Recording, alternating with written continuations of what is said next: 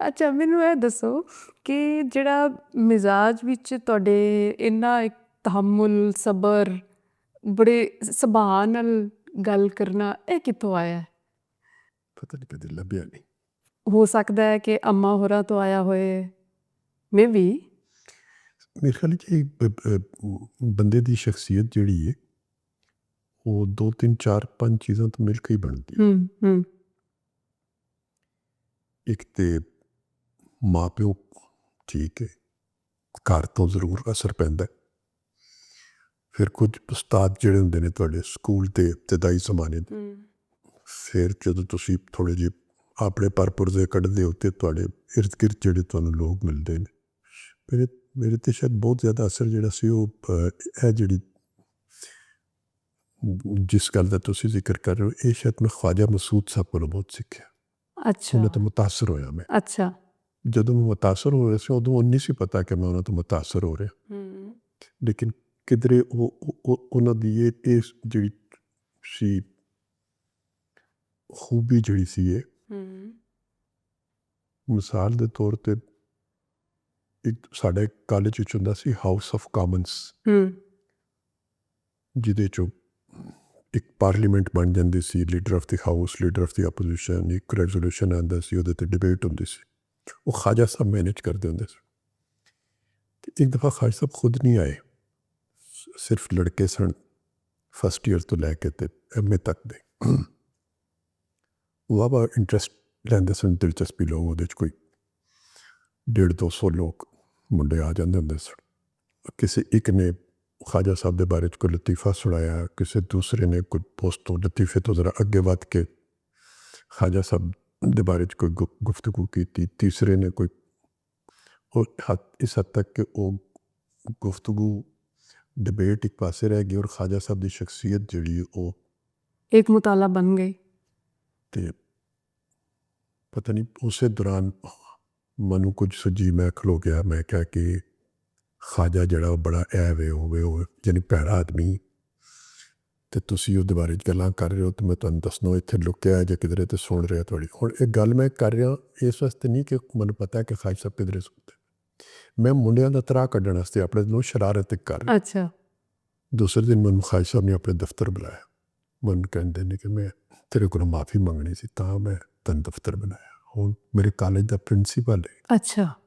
ਔਰ ਇੱਕ ਬਹੁਤ ਵੱਡਾ ਟੀਚਰ ਹੈ, ਬਹੁਤ ਵੱਡਾ, ਉਹ ਤੋਂ ਵੀ ਉਹਨਾਂ ਦਾ ਨਾਮ ਬਹੁਤ ਵੱਡਾ ਨਾਮ ਸੀ, ਔਰ ਖੁਸ਼ਹਾਲ ਵੀ ਦੂਸਰਿਆਂ ਦੇ ਮੁਕਾਬਲੇ 'ਤੇ ਬਹੁਤ ਜ਼ਿਆਦਾ ਸਨ। ਯਾਨੀ ਸਾਰੇ ਤੌਰ 'ਤੇ ਉਹਨਾਂ ਦਾ ਸਮਾਜੀ ਰੁਤਬਾ ਜਿਹੜਾ ਬੜਾ ਇੰਪ੍ਰੈਸਿਵ ਹੈ ਕਿਸੇ ਸਟੂਡੈਂਟ ਨੂੰ ਮੁਤਾਸਰ ਬਹੁਤ ਕਰਨਾ। ਅਤੇ ਉਹਨਾਂ ਨੇ ਕਿਹਾ ਕਿ ਮੈਂ ਕੱਲ੍ਹ ਵਾਕਈ ਸੁਣ ਰਿਹਾ ਸਾਂ ਗੱਲਾਂ, ਔਰ ਮੈਨੂੰ ਇਹ ਗੱਲ ਨਹੀਂ ਸੀ ਕਰਨੀ ਚਾਹੀਦੀ ਕਿ ਮੈਂ ਲੁੱਕ ਕੇ ਤੁਹਾਡੀਆਂ ਗੱਲਾਂ ਸੁਣਾ। ਹੁਣ ਤੁਸੀਂ ਅੰਦਾਜ਼ਾ ਕਰੋ ਕਿ ਉਸ ਗੱਲ ਨੇ ਮੇਰੇ 'ਤੇ ਕਿਤਨਾ, ਮੈਨੂੰ ਸ਼ਰਮਿੰਦਾ ਵੀ ਕਿਤਨਾ ਕੀਤਾ ਹੋਣਾ। ਔਰ ਅੱਜ ਦੀ ਜਿਹੜੀ ਵੀ ਮੇਰੀ ਕੋਈ ਪਰਸਨੈਲਿਟੀ ਆਪਣੀ ਹੈ ਵੇ, ਉਹਦੇ 'ਤੇ ਉਹਦੀ ਛਾਪ ਕਿਤਨੀ ਪਈ ਹੋਣੀ ਕਿ ਇੱਕ ਵੱਡਾ ਆਦਮੀ ਜਿਹੜਾ ਵੇ ਉਹ ਜਦੋਂ ਕਿਸੇ ਇਸ਼ੂ ਨੂੰ ਰਿਜ਼ੋਲਵ ਕਰਨ 'ਤੇ ਜਾਂਦਾ ਹੈ ਤਾਂ ਉਹਦਾ ਸਟਾਈਲ ਕੀ ਹੁੰਦਾ। ਬਿਲਕੁਲ। ਅਤੇ ਮਤਲਬ ਇਹ ਤੁਹਾਡੀ ਤਰਬੀਅਤ ਖਾਜਾ ਮਸੂਦ ਦੀ ਔਰ ਫਿਰ ਅੱਜ ਦੀ ਸਿਆਸਤ ਅਤੇ ਉਸ ਤਰ੍ਹਾਂ ਦੀ ਨਹੀਂ ਹੈਗੀ, ਜਾਂ ਹੈ ਵੇ? ਮਤਲਬ ਤੁਸੀਂ ਅੱਜ ਫਿਰ ਆਪਣੇ ਆਪ ਨੂੰ ਕਿੱਥੇ ਰਿਲੇਟ ਕਰਦੇ ਹੋ ਉਸ ਤਰਬੀਅਤ ਨਾਲ? ਨਹੀਂ, ਤੁਸੀਂ ਇਹ ਤਾਂ ਨਹੀਂ ਕਹਿ ਸਕਦੇ ਕਿ ਅੱਜ ਦੀ ਸਿਆਸਤ ਵਿੱਚ ਇਸ ਮਜ਼ਾਜ ਦੇ ਲੋਕ ਨਹੀਂ ਹੈ ਨਹੀਂ, ਲੇਕਿਨ ਉਹਨਾਂ ਨੂੰ ਅਸੀਂ ਓਵਰਆਲ ਸੋਸਾਇਟੀ ਨੇ ਉਹਨਾਂ ਨੂੰ ਆਪਣਾ ਨੁਮਾਇੰਦਾ ਮੰਨਿਆ ਨਹੀਂ, ਬਣਾਇਆ ਨਹੀਂ। ਭੁੱਟੋ ਸਾਹਿਬ ਕਿਤਨੇ ਅਗਰੈਸਿਵ ਆਦਮੀ ਨਜ਼ਰ ਆਉਂਦੇ ਸੀ। ਅਸੀਂ ਇੱਕ ਮੁਜ਼ਾਹਰਾ ਕੀਤਾ ਵੀਅਤਨਾਮ ਦੇ ਹੱਕ 'ਚ। ਅੱਛਾ। ਵੀਅਤਨਾਮ ਦੀ ਜੰਗ ਚੱਲ ਰਹੀ ਸੀ ਅਤੇ ਅਮਰੀਕਨ ਲੈ ਕੇ ਆਏ ਮਿੱਟੀ ਚੰਨ ਦੀ। ਅੱਛਾ। ਇਹ ਉਹਦੀ ਨੁਮਾਇਸ਼ ਕਰਦੇ ਫਿਰਦੇ ਸਨ ਦੁਨੀਆ 'ਚ, ਚੰਦ ਦੀ ਮਿੱਟੀ ਦੀ। ਅਤੇ ਰਾਵਲਪਿੰਡੀ ਜਦੋਂ ਆਏ ਤਾਂ ਜਿੱਥੇ ਉਹ ਨੁਮਾਇਸ਼ ਕਰ ਰਹੇ ਸਨ ਉਹਦੇ ਸਾਹਮਣੇ ਅਸੀਂ ਵੀਅਤਨਾਮ ਵਿੱਚ ਜਿਹੜੇ ਬੰਬ ਸੁੱਟਦੇ ਸਨ ਉਹਦੀਆਂ ਤਸਵੀਰਾਂ ਲਾ ਕੇ ਤੇ ਇੱਕ ਸਮਝੋ ਉਹਨਾਂ ਦੇ ਖਿਲਾਫ ਇੱਕ ਕਰ ਦਿੱਤਾ। ਉੱਥੇ ਕਿਧਰੇ ਮੁੰਡੇ ਸ਼ੁੰਡੇ ਜਿਹੜੇ ਜਮ੍ਹਾਂ ਸਨ ਉਹ ਨਾਰੇ ਨੂਰੇ ਲਾਉਂਦੇ ਰਹੇ, ਅਤੇ ਜਿਹਨਾਂ 'ਚ ਇੱਕ ਨਾਰਾ ਜਿਹੜਾ ਹਮੇਸ਼ਾ ਹੀ ਹਰ ਵਕਤ ਅੱਜ ਦੇ ਜ਼ਮਾਨੇ 'ਚ ਵੀ ਚੱਲਦਾ ਮੁਖਤਲਿਫ ਨਾਮਾਂ ਦੇ ਨਾਲ, ਅਮਰੀਕੀ ਕੁੱਤੋ ਏਸ਼ੀਆ ਸੇ ਨਿਕਲ ਜਾਓ। तो भुट्टो साहब आए ना पिंडी तो मन कहते हैं कि आपने बहुत अच्छा किया उस दिन, मुझे खुशी हुई कि आपने वियतनाम के बारे में बात की, लेकिन ये जो आप नारा लगा रहे थे तो आप एक पूरी कौम को गाली निकाल रहे थे। अगर कोई के पाकिस्तानी कौम कुत्ता है तो आपको कैसा लगेगा? आप ये भी कह सकते थे डाउन विद अमेरिकन इंपीरियलिज्म। ਵਾਹ, ਇਹ ਤੁਸੀਂ ਇਹਨਾਂ ਕੋ ਕਿ ਸ਼ਖਸੀਅਤਾਂ ਨਹੀਂ ਹੁੰਦੀਆਂ ਨੇ। ਹੁੰਦੀਆਂ ਨੇ। ਹਾਂ, ਲੋਕਾਂ ਨੂੰ ਵੀ ਤੇ ਉਹੀ ਚਾਹੀਦਾ ਨਾ ਜਿਹੜਾ ਲਾਊਡ ਬੋਲਦਾ ਹੈ, 2 ਗਾਲਾਂ ਕੱਢਦਾ ਹੈ। ਤੇ ਉਹ ਲੋਕਾਂ ਨੂੰ ਕਿਉਂ ਚਾਹੀਦਾ ਹੈ? ਸਵਾਲ ਇਹ ਪੈਦਾ ਹੁੰਦਾ, ਲੋਕ ਕਿਉਂ ਪੈਣੇ ਹੁੰਦੇ ਨੇ? ਹਾਂ ਅਸੀਂ ਲੋਕ ਕਿਉਂ? ਹਾਂ, ਲੋਕ ਵੀ ਤੇ ਅਸੀਂ ਆ ਨਾ। ਅਸੀਂ ਇਹਦਾ ਮਤਲਬ ਹੈ ਕਿ ਕਿਧਰੇ ਨਾ ਕਿਧਰੇ ਸਾਡੇ ਮਜ਼ਾਜ ਉੱਤੇ ਕੋਈ ਦੂਸਰਾ ਮਜ਼ਾਜ ਵੀ, ਔਰ ਸਾਡੀ ਸਭ ਤੋਂ ਜ਼ਿਆਦਾ ਜਿਹੜੀ ਸੁਣਨ ਦੀ ਇਬਤਦਾ ਜਿਹੜੀ ਹੁੰਦੀ ਹੈ ਨਾ ਜੀ, ਸਭ ਤੋਂ ਪਹਿਲੇ ਉਹ ਮਸਜਿਦ ਦੇ ਮੌਲਵੀ ਤੋਂ ਹੁੰਦੀ ਹੈ। ਔਰ ਮਸਜਿਦ ਦੇ ਮੌਲਵੀ ਨੇ ਹਮੇਸ਼ਾ ਇੱਕ ਆਪਣਾ ਦੁਸ਼ਮਣ ਬਣਾਇਆ ਹੁੰਦਾ ਹੈ, ਔਰ ਉਹ ਉਹਨੂੰ ਗਾਲਾਂ ਕੱਢਦਾ ਹੈ। ਬਿਲਕੁਲ ਸਹੀ ਹੈ। ਔਰ ਉਹ ਸਾਡੀ ਸ਼ਖਸੀਅਤ ਦਾ ਫਿਰ ਹਿੱਸਾ ਬਣਦਾ ਹੈ। ਹਿੱਸਾ ਬਣ ਗਿਆ, ਉਹ ਭਾਵੇਂ ਨਾਲ ਦੀ ਮਸਜਿਦ ਦਾ ਇਮਾਮ ਹੀ ਕਿਉਂ ਨਾ ਹੋਵੇ। ਇਹ ਇੱਕ ਦਿਨ ਇੱਥੇ ਨਹੀਂ ਹੁੰਦਾ ਨਾ ਜੀ, ਇਹ ਤੇ ਸਦੀਆਂ ਤੋਂ ਨਾਲ ਚੱਲ ਰਿਹਾ ਨਾ। ਜ਼ਿਆਦਾ ਇਹ ਜ਼ਰੂਰੀ ਨਹੀਂ ਕਿ ਮੈਂ ਮਸਜਿਦ ਗਿਆ ਹਾਂ ਹੁਣ ਇਸ ਕੰਮ ਵਾਸਤੇ, ਉਹ ਤੇ ਮਜ਼ਾਜ ਮਾਸ਼ਰੇ ਦੇ ਅੰਦਰ ਆ ਗਿਆ ਹੋਇਆ, ਤੇ ਉਹ ਮਨ ਵੀ ਫਿਰ ਉਸੇ ਤਰ੍ਹਾਂ ਫਿਰ ਟਰਾਂਸਫਰ ਹੋ ਜਾਂਦਾ ਹੈ। ਲੇਕਿਨ 20ਵੀਂ ਸਦੀ ਵਿੱਚ ਫਿਰ ਵੀ ਲੋਕਾਂ ਦੇ ਅੰਦਰ ਸੁਣਨ ਦਾ ਇੱਕ ਹੈ ਸੀ, ਮਤਲਬ ਸੁਣਦੇ ਸਨ, ਗੱਲ ਨੂੰ ਸਮਝਦੇ ਸਨ। ਥੜਿਆਂ 'ਤੇ, ਨਾਈਆਂ ਦੀ ਦੁਕਾਨ 'ਤੇ ਗੱਲ ਹੁੰਦੀ ਸੀ ਔਰ ਬੜਾ ਅੱਛਾ ਤਬਸਰਾ ਹੁੰਦਾ ਸੀ ਸਿਆਸਤ 'ਤੇ। ਹੁਣ ਤਾਂ ਇੱਕ ਬਿਲਕੁਲ ਹੀ ਡਿਕਲਾਈਨ ਆ ਗਿਆ ਡੈਮੋਕ੍ਰੈਟਿਕ ਸਪੇਸ 'ਤੇ ਵੀ ਔਰ ਲੋਕਾਂ ਦੀ ਗੁਫ਼ਤਗੂ 'ਤੇ ਵੀ। ਉਹ ਸ਼ੁਰੂ 'ਤੇ ਹਰ ਪਾਸਿਓਂ ਹੁੰਦਾ ਨਾ, ਫਿਰ ਕੋਈ ਇੱਕ ਜਗ੍ਹਾ ਤੋਂ ਤਾਂ ਨਹੀਂ ਆਉਂਦਾ। ਨਵਾਜ਼ ਸ਼ਰੀਫ ਸਾਹਿਬ ਦੀ ਨਾ ਆਦਤ ਹੈ ਕਿ ਉਹਨਾਂ ਦਾ ਕੋਈ ਮਹਿਮਾਨ ਆਏ, ਕੋਈ ਵੀ ਹੋਏ, ਉਹਨੂੰ ਵਾਪਸ ਉਹਦੀ ਗੱਡੀ ਤੱਕ ਛੋੜਨ ਜ਼ਰੂਰ ਜਾਂਦੇ ਨੇ। ਤੇ ਮੈਂ ਇਸ ਤਰ੍ਹਾਂ ਵਾਪਸ ਜਾ ਰਿਹਾ ਸਾਂ ਤੇ ਮੈਨੂੰ ਛੋੜਨ ਵਾਸਤੇ ਆ ਰਹੇ ਸਨ, ਤੇ ਟੁਰਦੇ ਟੁਰਦੇ ਮੈਨੂੰ ਕਹਿਣ ਲੱਗੇ ਕਿ ਪਰਵੇਜ਼ ਸਾਹਿਬ, ਜਦੋਂ ਕਿਸੇ ਨਾਲ ਹੱਥ ਮਿਲਾਈਦਾ ਤੇ ਮੂੰਹ ਉਹਦੀ ਤਰਫ ਕਰਕੇ ਉਹਦੀਆਂ ਅੱਖਾਂ 'ਚ ਦੇਖਿਓ ਔਰ ਹੱਥ ਮਿਲਾਓ। ਇਹ ਨਹੀਂ ਕਿ ਤੁਸੀਂ ਉਹਦੇ ਨਾਲ ਹੱਥ ਮਿਲਾ ਰਹੇ ਹੋ ਔਰ ਦੇਖ ਤੁਸੀਂ ਕਿਧਰੇ ਹੋਰ ਰਹੇ ਹੋ। ਫਿਰ ਉਹਨਾਂ ਨੇ ਆਪਣੇ ਇੱਕ ਕਰੀਬੀ ਦਾ ਨਾਮ ਵੀ ਲਿੱਤਾ ਕਿ ਉਹ ਇਸ ਤਰ੍ਹਾਂ ਕਰਦਾ ਹਮੇਸ਼ਾ, ਤੇ ਮੈਂ ਉਹਨੂੰ ਵੀ ਗੱਲ ਸਮਝਾਉਣਾ ਵਾ। ਔਰ ਮੈਨੂੰ ਜਦੋਂ ਇਹ ਗੱਲ ਕਹਿ ਰਹੇ ਨੇ ਤਾਂ ਮੈਨੂੰ ਹੁਣ ਯਾਦ ਆ ਰਿਹਾ ਕਿ ਜਦੋਂ ਮੈਂ ਆਇਆ ਸਾਂ ਤੇ ਮੈਂ ਜਿਹੜਾ ਉੱਥੇ ਬੰਦਾ ਖੜਾ ਸੀ ਪੋਰਚ ਵਿੱਚ, ਉਹਦੇ ਨਾਲ ਮੈਂ ਜਦੋਂ ਹੱਥ ਮਿਲਾਇਆ ਤਾਂ ਵਾਕਈ ਮੈਂ ਕਿਧਰ ਦੇਖ ਹੋ ਰਿਹਾ ਸੀ, ਔਰ ਉਹਨਾਂ ਨੇ ਕਿਧਰੇ ਇਹ ਚੀਜ਼ ਦੇਖੀ ਮੇਰੀ। ਉਹਨਾਂ ਨੇ ਕਿਸੇ ਹੋਰ ਦਾ ਨਾਂ ਲੈ ਕੇ ਮੈਨੂੰ ਇਹ ਗੱਲ ਇਸ ਤਰ੍ਹਾਂ ਸਮਝਾਈ। ਵਾਹ। ਤੇ ਇਹ ਜਿਹੜਾ ਹੈ ਨਾ ਇਨਕਸਾਰੀ, ਧੀਮਾ ਮਜ਼ਾਜ, ਦੂਸਰੇ ਨੂੰ ਗਾਲ ਨਾ ਕੱਢਣਾ, ਇਹ ਸਾਡੀ ਸ਼ਖਸੀਅਤ ਜਿਹੜੀ ਹੈ ਸੀ ਉਹਦਾ ਹਿੱਸਾ ਇੱਕ ਹੁੰਦਾ ਸੀ, ਜਿਹੜਾ ਅੱਜ ਨਹੀਂ ਰਿਹਾ। ਔਰ ਜਿਨ੍ਹਾਂ ਲੋਕਾਂ ਦੀ ਸ਼ਖਸੀਅਤ ਦੇ ਹਿੱਸੇ ਨੇ ਉਹਨਾਂ ਨੂੰ ਅਸੀਂ ਕੋਈ ਐਡਾ ਪਸੰਦ ਨਹੀਂ ਕਰਦੇ। ਅੱਛਾ, ਭੁੱਟੋ ਸਾਹਿਬ ਦੀ ਵੀ ਆਦਤ ਸੀ ਕਿ ਉਹਨਾਂ ਨੂੰ ਜਿਹਨੂੰ ਇੱਕ ਵਾਰੀ ਮਿਲ ਲਿਆ ਉਹਦਾ ਨਾਂ ਨਹੀਂ ਸੀ ਭੁੱਲਦਾ, ਨਾਂ ਨਾਲ ਮੁਖਾਤਿਬ ਕਰਦੇ ਸਨ ਤੇ ਅਗਲਾ ਤੇ ਫੈਨ ਹੋ ਜਾਂਦਾ ਸੀ ਨਾ ਉੱਥੇ ਹੀ। ਹਾਂ, ਮੈਂ ਆਪਣਾ ਉਹਨਾਂ ਦੀ ਮੈਮਰੀ ਬਹੁਤ ਅੱਛੀ ਸੀ, ਬਹੁਤ ਅੱਛੀ ਸੀ ਮੈਮਰੀ। ਦਿਨ ਤਾਰੀਖ ਹੁਣ ਯਾਦ ਹੁੰਦੇ ਸਨ। ਇੱਕ ਸਾਡੇ ਬਹੁਤ ਅੱਛੇ ਦੋਸਤ ਸਨ ਮਰਾਜ ਮੁਹੰਮਦ ਖਾਨ ਸਾਹਿਬ, ਉਹਨਾਂ ਦੇ ਬੇਨੋਈ ਸਨ ਅਲੀਮ ਸਾਹਿਬ। ਤੇ ਅਲੀਮ ਸਾਹਿਬ ਇੱਕ ਦਫਾ ਮੇਰੇ ਮੌਜੂਦਗੀ 'ਚ ਭੁੱਟੋ ਸਾਹਿਬ ਨੂੰ ਮਿਲਣ ਆਏ। तो जिस तरह ही वो दाखिल होए कमरे तो भुट्टो साहब ने उन्होंने नाल सिंधी च गुफ्तगू शुरू कर दी। तो अलीम साहब जोड़े सन उत्ते उर्दू स्पीकिंग सन,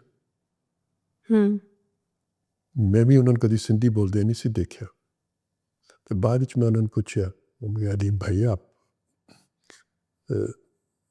सिंधी जानते हैं, बोलते हैं? तो भुट्टो साहब को कैसे पता था? मैं कहा कि मैं इनसे ज़िंदगी में एक दफ़ा मिला था, मुझे CDA कैपिटल डेवलपमेंट अथॉरिटी जो काम करते समय, तो मुझे उसका कोई काम था इनसे, तो मैं इनके पास गया था। अच्छा, हुण ਉਹ ਜਿਹੜੀ ਗੱਲ ਸੁਣਾ ਰਹੇ ਸਨ, ਜਿਹੜੀ ਮੁਲਾਕਾਤ ਹੈ, ਇਹਦੇ ਦਰਮਿਆਨ ਤਕਰੀਬਨ ਕੋਈ 17-18 ਸਾਲ ਦਾ ਵਕਫਾ ਸੀ, ਲੇਕਿਨ ਉਹਨਾਂ ਨੂੰ ਯਾਦ ਵਾਹ ਵਾਹ।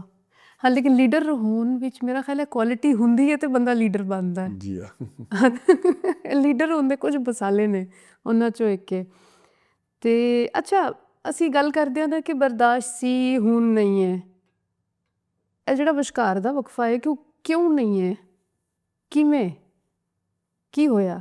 ਮਤਲਬ ਤੁਸੀਂ ਵੀ, ਮੈਨੂੰ ਯਾਦ ਆ ਰਿਹਾ ਇੱਕ ਬਿਆਨ ਤੁਸੀਂ ਦਿੱਤਾ ਜਿਹਦੀ ਵਜ੍ਹਾ ਤੋਂ ਤੁਹਾਡੇ ਨਾਲ ਈਵਨ ਪਾਰਟੀ ਦੇ ਲੋਕ ਵੀ ਨਹੀਂ ਖਲੋਤੇ, ਔਰ ਤੁਹਾਨੂੰ ਵੀ ਦੱਸਣਾ ਪਿਆ ਕਿ ਨਹੀਂ, ਇਹ ਮਿਸਟੇਕਨਲੀ ਲੋਕਾਂ ਨੇ ਇੱਦਾਂ ਲਿਆ ਹੈ, ਮੇਰਾ ਇਹ ਮਤਲਬ ਨਹੀਂ ਸੀ। ਮੈਨੂੰ ਨਹੀਂ ਯਾਦ ਕਿਸ ਬਿਆਨ ਦੀ ਤੁਸੀਂ ਗੱਲ ਕਰ ਰਹੇ ਹੋ। ਉਹ ਆਰਟਸ ਕਾਊਂਸਲ 'ਚ ਜਿਹੜਾ ਕਰਾਚੀ। ਅਰੇ ਮੈਂ ਤੇ ਡਿਸੋਨ ਨਹੀਂ ਕੀਤਾ ਕਦੀ। ਹਾਂ, ਤੁਸੀਂ ਇਹੀ ਕਿਹਾ ਕਿ ਉਹ ਲੋਕਾਂ ਨੇ ਉਹਨੂੰ ਗਲਤ ਸਮਝਿਆ। ਮੈਂ ਡਿਸੋਨ ਨਹੀਂ ਮੈਂ ਕੀਤਾ। ਤੇ ਹਾਂ, ਮੈਂ ਨਹੀਂ ਕਦੀ ਡਿਸੋਨ ਕੀਤਾ। ਲੇਕਿਨ ਪਹਿਲੇ ਤੇ ਇਹ ਗੱਲਾਂ ਸੁਣੀਆਂ ਜਾਂਦੀਆਂ ਸਨ। ਇਹ ਕੋਈ ਇੰਨੀਆਂ ਉਹ ਗੱਲਾਂ ਨਹੀਂ ਨੇ ਕਿ ਜਿਹੜੀਆਂ ਨਾ ਕੀਤੀਆਂ ਜਾਣ, ਲੇਕਿਨ ਹੁਣ ਨਹੀਂ ਸੁਣ ਸਕਦਾ ਕੋਈ ਵੀ। ਜੀ, ਉਹਦੀ ਵਜ੍ਹਾ ਹੈ ਕਿ ਇਹ ਇੱਕ ਖਾਸ ਸੋਚ ਜਿਹੜੀ ਹੈ, ਉਹਦਾ ਗਲਬਾ ਸਾਡੇ ਤੇ ਬਜ਼ਰੀਆ ਜਬਰ ਕਰਾਇਆ ਗਿਆ। ਔਰ ਖਾਸ ਤੌਰ 'ਤੇ ਜਿਹੜਾ ਜ਼ਮਾਨਾ ਸੀ ਨਾ ਜੀ ਜ਼ਿਆ ਉਲ ਹਕ ਸਾਹਿਬ ਦਾ, ਅਤੇ ਉਹਦੇ 'ਚ ਜਿਹੜਾ ਇੱਕ ਜਹਾਦ ਜਿਹਨੂੰ ਹੁਣ ਅਸੀਂ ਅੱਜ ਫਸਾਦ ਕਹਿੰਦੇ ਹਾਂ, ਉਸ ਵੇਲੇ ਜਿਹੜਾ ਜਹਾਦ ਸੀ, ਉਹ ਜਦੋਂ ਮੁਸੱਲਤ ਕੀਤਾ ਜਾ ਰਿਹਾ ਸੀ, ਔਰ ਉਸੇ ਦੀ ਸੋਚ ਫਿਰ ਜਿਹੜੀ ਸੀ, ਉਹਦਾ ਗਲਬਾ ਵੀ ਲੋਕਾਂ 'ਤੇ ਪਾਇਆ ਜਾ ਰਿਹਾ ਸੀ, ਅਤੇ ਜਬਰ ਨਾਲ ਕੀਤਾ ਜਾ ਰਿਹਾ ਸੀ ਨਾ। ਸਖਤ ਕਵਾਨੀਨ ਬਣਾ ਕੇ ਲੋਕਾਂ ਨੂੰ ਮਜਬੂਰ ਕੀਤਾ ਜਾਂਦਾ ਸੀ ਕਿ ਤੁਸੀਂ ਉਸ ਇੱਕ ਖਾਸ ਫਲਸਫੇ ਨੂੰ ਓਨ ਕਰ ਲਓ, ਔਰ ਜਿਹੜਾ ਉਹਦੇ ਖਿਲਾਫ ਗੱਲ ਕਰੇ ਉਹਦੇ 'ਤੇ ਫੌਰਨ ਹੀ ਇੱਕ ਐਸਾ ਫਤਵਾ ਲਾਓ ਕਿ ਉਹ ਆਪਣੀ ਜਾਨ ਬਚਾਉਂਦਾ ਫਿਰੇ ਫਿਰ। ਅਤੇ ਉਹ ਜਬਰ ਦੀ ਫਜ਼ਾ ਨੇ ਇੱਕ ਖਾਸ ਸ਼ਖਸੀਅਤ ਜਿਹੜੀ ਸੀ ਉਹਦੀ ਤਸ਼ਕੀਲ ਕੀਤੀ ਹੈ, ਜਿਹੜੀ ਸਾਡੀ ਅੱਜ ਦੀ ਸ਼ਖਸੀਅਤ ਇਜਤਮਾਈ ਸ਼ਖਸੀਅਤ ਹੈ ਸਾਡੀ। ਹੁਣ ਉਹਦੀ ਫਸਲ ਨਿਕਲੀ ਹੈ, ਹੁਣ ਉਦੋਂ ਬੀਜ ਲੱਗਿਆ ਸੀ। ਅੱਛਾ, ਤੁਹਾਡੀ ਤਰਬੀਅਤ ਵਿੱਚ ਗੋਰਡਨ ਕਾਲਜ ਬਹੁਤ ਜ਼ਿਆਦਾ ਹੈ। ਇਹ ਸਕੂਲ ਵੀ ਹੈ ਸੇਂਟ ਪੈਟਰਿਕਸ। ਉਹ ਕਿੱਥੇ ਸੀ? ਪਿੰਡੀ ਵਿੱਚ ਹੀ? ਪਿੰਡੀ 'ਚ ਜੀ। ਓਕੇ, ਇਹ ਤਕਰੀਬਨ ਆਮਣੇ ਸਾਹਮਣੇ ਹੀ ਨੇ। ਸਹੀ। ਅਤੇ ਤੁਹਾਨੂੰ ਕਿਵੇਂ ਸ਼ੌਕ ਹੋਇਆ ਕਿ ਤੁਸੀਂ ਮਤਲਬ ਪੋਲੀਟਿਕਸ ਜੁਆਇਨ ਕਰੋ? ਨਹੀਂ, ਕੋਈ ਕਿਵੇਂ ਹੋਇਆ? ਜਿਹੜਾ ਮੇਰਾ ਜ਼ਮਾਨਾ ਸੀ ਉਦੋਂ ਤੇ ਸਿਆਸਤ ਔਰ ਜਮਹੂਰੀਅਤ, ਇਹ ਦੋ ਲਫ਼ਜ਼ ਜਿਹੜੇ ਨੇ, ਇਹ ਕਮ ਸੇ ਕਮ ਸਕੂਲ ਦੇ ਲੜਕਿਆਂ ਨੂੰ ਤਾਂ ਬਿਲਕੁਲ ਨਹੀਂ ਸੁਣ ਪਤਾ ਹੁੰਦੇ, ਕਿਉਂਕਿ ਇਸ ਨਾਂ ਦੀ ਕੋਈ ਚੀਜ਼ ਨਹੀਂ ਸੀ। ਸਾਡੀ ਜਦੋਂ ਅੱਖ ਖੁੱਲੀ ਨਾ ਜੀ, ਅਤੇ ਅਯੂਬ ਖਾਨ ਸਾਹਿਬ ਦਾ ਮਾਰਸ਼ਲ ਲਾਅ 'ਚ ਸਾਡੀ ਅੱਖ ਖੁੱਲੀ। ਲਿਹਾਜ਼ਾ ਸਾਡੇ ਇਰਦ ਗਿਰਦ ਉਸ ਵੇਲੇ ਜਾਂ ਅਖਬਾਰ ਹੈ ਜਾਂ ਰੇਡੀਓ ਪਾਕਿਸਤਾਨ ਹੈ, ਅਤੇ ਉਹ ਤਾਂ ਉਹਨਾਂ ਦੇ ਗੁਣ ਗਾਉਂਦੇ ਸਨ। ਔਰ ਆਮਰੀਅਤ ਜਿਹੜੀ ਹੁੰਦੀ ਉਹਦੇ ਵਾਸਤੇ ਤਾਂ ਸਿਆਸਤ ਵੀ ਗੁਨਾਹ ਹੈ ਅਤੇ ਜਮਹੂਰੀਅਤ ਵੀ ਗੁਨਾਹ ਹੈ, ਅਤੇ ਅਸੀਂ ਤਾਂ ਇਹ ਦੋ ਲਫ਼ਜ਼ਾਂ ਤੋਂ ਆਸ਼ਨਾ ਹੀ ਨਹੀਂ ਸਾਂ ਕਿ ਇਹ ਦੋ ਲਫ਼ਜ਼ ਵੀ ਕੁਝ ਹੁੰਦੇ ਨੇ, ਪਤਾ ਹੀ ਨਹੀਂ ਸੀ। ਔਰ ਜਮਹੂਰੀਅਤ ਵੇਖੀ ਵੀ ਨਹੀਂ ਸੀ ਇਸ ਮੁਲਕ ਨੇ ਉਸ ਤਰ੍ਹਾਂ। ਵੇਖੀ ਵੀ ਨਹੀਂ, ਔਰ ਉਹਦਾ ਪਤਾ ਵੀ ਕੋਈ ਨਹੀਂ ਸੀ ਕਿ ਇਸ ਨਾਂ ਦੀ ਕੋਈ ਚੀਜ਼ ਵੀ ਹੁੰਦੀ ਹੈ। ਬਲਕਿ ਜਿਹੜਾ ਲਤੀਫਾ ਉਸ ਜ਼ਮਾਨੇ 'ਚ ਆਮ ਅਸੀਂ ਸੁਣਦੇ ਸਾਂ ਕਿ ਵਾਹਗਾ ਬਾਰਡਰ ਉੱਤੇ ਦੋ ਕੁੱਤਿਆਂ ਦੀ ਮੁਲਾਕਾਤ ਹੋ ਗਈ। ਅੱਛਾ।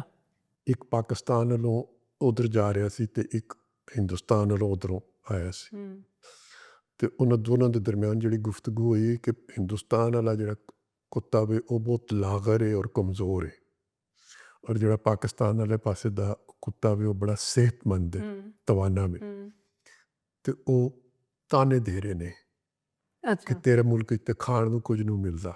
ਅੱਛਾ। ਇਹ ਦੇਖ, ਮੈਂ ਪਾਕਿਸਤਾਨ ਵਿੱਚ ਮੈਂ ਕਿਤਨਾ ਤਾਕਤਵਰ ਹਾਂ, ਮੇਰੀ ਗ਼ਜ਼ਾ ਮੈਨੂੰ ਬੜੀ ਅੱਛੀ ਮਿਲਦੀ ਹੈ ਅਤੇ ਮੇਰੀ ਸਿਹਤ ਵੀ ਅੱਛੀ ਹੈ। ਉਹ ਕਹਿੰਦਾ ਕਿ ਤੁਹਾਨੂੰ ਖਾਣ ਨੂੰ ਕੁਝ ਨਹੀਂ ਮਿਲਦਾ, ਹੂੰ ਲੇਕਿਨ ਮੈਨੂੰ ਅਗਰ ਖਾਣ ਨੂੰ ਕੁਝ ਨਹੀਂ ਮਿਲਦਾ ਤਾਂ ਮੈਨੂੰ ਭੌਂਕਣ ਦੀ ਤਾਂ ਮੁਕੰਮਲ ਆਜ਼ਾਦੀ ਹੈ।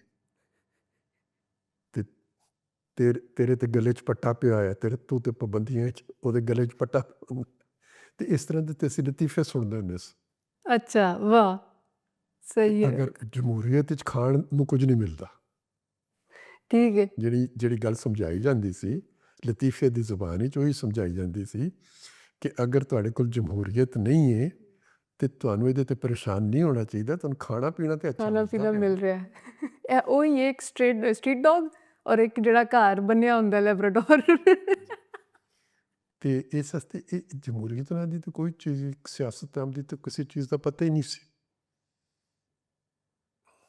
ਔਰ ਮੈਂ ਤਾਂ ਬਿਲਕੁਲ ਆਪਣਾ ਆਮ ਲੜਕੇ ਜਿਸ ਤਰ੍ਹਾਂ ਹੁੰਦੇ ਨੇ ਉਸੇ ਤਰ੍ਹਾਂ ਦੀ ਇੱਕ ਜ਼ਿੰਦਗੀ ਹੁੰਦੀ ਸੀ, ਬਲਕਿ ਮੈਨੂੰ ਸ਼ੌਕ ਹੋ ਗਿਆ ਮੌਸੀਕੀ ਸਿੱਖਣ ਦਾ। ਅੱਛਾ ਤੇ ਮੈਂ ਮੇਰੇ ਘਰ ਦੇ ਬਿਲਕੁਲ ਸਾਹਮਣੇ ਇੱਕ ਬੁਲਬੁਲ ਅਕੈਡਮੀ ਸੀ। ਅੱਛਾ ਇਹ ਕੋਈ East Pakistan based music lovers ਦੀ ਕੋਈ ਅਕੈਡਮੀ ਸੀ। ਉਹਦੇ ਵਿੱਚ ਇੱਕ ਸ਼ਮੀਮ ਸਾਹਿਬ ਸਨ, ਉਸਤਾਦ ਸਨ, ਉਹ ਬੰਗਾਲੀ ਸਨ, ਉਹ ਮਿਊਜ਼ਿਕ ਸਿਖਾਉਂਦੇ ਸਨ ਤੇ 15-20 ਉਹਨਾਂ ਦੇ ਸਟੂਡੈਂਟਸ ਉੱਥੇ ਹੁੰਦੇ ਸਨ। ਮੈਂ ਵੀ ਉੱਥੇ ਦਾਖਲਾ ਲੈ ਲਿੱਤਾ। ਸਹੀ ਉਹਨਾਂ ਨੇ ਕਿਹਾ ਇੱਕ ਹਾਰਮੋਨੀਅਮ ਚਾਹੀਦਾ ਤੁਹਾਨੂੰ, ਤੇ ਇੱਕ ਹਾਰਮੋਨੀਅਮ ਵੀ ਖਰੀਦ ਲਿੱਤਾ। ਯਾਦ ਹੈ ਕਿ ਕਿੰਨੇ ਦਾ ਆਇਆ ਸੀ? ਕੋਈ 100 ਰੁਪਏ ਦਾ ਜੀ, ਅੱਛਾ 100 ਰੁਪਏ ਦਾ ਜੀ। 10 ਰੁਪਏ ਮਹੀਨਾ ਉਹਨਾਂ ਦੀ ਫੀਸ ਹੁੰਦੀ ਸੀ ਬੁਲਬੁਲ ਅਕੈਡਮੀ ਦੀ। ਤੇ ਮੈਂ ਆਪਣਾ ਰਾਗ ਏਮਨ ਜਿਹੜਾ ਸੀ ਸਿੱਖਣਾ ਸ਼ੁਰੂ ਕੀਤਾ। ਅੱਛਾ ਸਾਡੀ ਕੋਈ 2-3 ਹਫ਼ਤੇ ਦੀਆਂ ਕਲਾਸਿਸ ਸਾਡੀਆਂ ਹੋਈਆਂ ਸਨ ਕਿ ਇੱਕ ਦਿਨ ਕਾਲਜ ਤੋਂ ਮਾਲੂਮ ਹੋਇਆ ਕਿ ਕੋਈ ਲੜਕੇ ਕਿਧਰੇ ਗਏ ਸਨ ਲੰਡੀ ਕੋਤਲ, ਵਾਪਸੀ ਤੋਂ ਉਹਨਾਂ ਦਾ ਸਮਾਨ ਪਕੜ ਲਿੱਤਾ ਗਿਆ ਤੇ ਮੁੰਡਿਆਂ ਨੇ ਉਹਦੇ 'ਚ ਜਲੂਸ ਕੱਢ ਦਿੱਤਾ। ਤੋ ਜਿਸ ਤਰ੍ਹਾਂ ਸਾਰੇ ਮੁੰਡੇ ਜਲੂਸ ਟੁਰ ਜਾਂਦੇ ਨੇ, ਅਸੀਂ ਵੀ ਉਸ ਜਲੂਸ ਵਿੱਚ ਟੁਰ ਗਏ। ਉਹ ਜਲੂਸ ਦਾ ਫਿਰ ਪੁਲਿਸ ਦੇ ਨਾਲ ਮੁਕਾਬਲਾ ਜਿਸ ਤਰ੍ਹਾਂ ਹੁੰਦਾ ਹੈ, ਆਂਸੂ ਗੈਸ, ਲਾਠੀ ਚਾਰਜ। ਇਸ ਦੌਰਾਨ ਭੁੱਟੋ ਸਾਹਿਬ ਜਿਹੜੇ ਨੇ ਉਹ ਕਿਧਰੇ ਪਸ਼ਾਵਰ ਤੋਂ ਆ ਰਹੇ ਸਨ ਪਿੰਡੀ, ਇੰਟਰਕਾਂਟੀਨੈਂਟਲ ਵਿੱਚ ਉਹਨਾਂ ਨੇ ਠਹਿਰਨਾ ਸੀ ਤੇ ਮੁੰਡਿਆਂ ਨੇ ਕਿਹਾ ਚਲੋ ਜੀ ਚੱਲ ਕੇ ਉੱਥੇ ਭੁੱਟੋ ਸਾਹਿਬ ਨੂੰ ਮਿਲੀਏ। ਉੱਥੇ ਭੁੱਟੋ ਸਾਹਿਬ ਨੂੰ ਦੇਖਣ ਚਲੇ ਗਏ। ਉਹ ਜਦੋਂ ਉੱਥੋਂ ਦੇਖ ਕੇ ਵਾਪਸ ਆ ਰਹੇ ਸਾਂ, ਪੁਲਿਸ ਤੇ ਢਾਈ ਚੜ੍ਹ ਗਏ ਸੀ। ਅੱਛਾ ਉਹਨਾਂ ਨੇ ਪਕੜ ਕੇ ਹਵਾਲਾਤ ਹੀ ਬੰਦ ਕਰ ਦਿੱਤੇ। ਔਰ ਤੁਸੀਂ ਕਿੰਨੇ ਸਾਲ ਦੇ ਹੋ? 18 'ਚ। ਤੇ ਇੱਥੋਂ ਕਿੰਨਾ ਜਿਹੜੇ ਲੋਕ ਪਕੜੇ ਗਏ ਉਹਨਾਂ 'ਚ ਇੱਕ ਸਨ ਖਾਲਿਦ ਚੌਧਰੀ ਸਾਹਿਬ। ਖਾਲਿਦ ਚੌਧਰੀ ਬੜਾ ਅੱਛਾ ਤੁਹਾਡਾ ਜਰਨਲਿਸਟ ਭਰਾ ਸੀ, ਫੌਤ ਹੋ ਗਏ ਨੇ। ਬਹੁਤ ਹੀ ਅੱਛਾ ਇਨਸਾਨ ਸੀ, ਬਹੁਤ ਅੱਛਾ ਇਨਸਾਨ, ਨਫੀਸ ਇਨਸਾਨ। ਉਹ ਫਿਰ ਜਿਹੜਾ ਜੇਲ੍ਹ 'ਚ ਵਕਤ ਉਹਨਾਂ ਦੇ ਨਾਲ ਗੁਜ਼ਰਿਆ ਨਾ, ਤੇ ਉਹਨੇ ਥੋੜ੍ਹੇ ਕਿੰਨਾ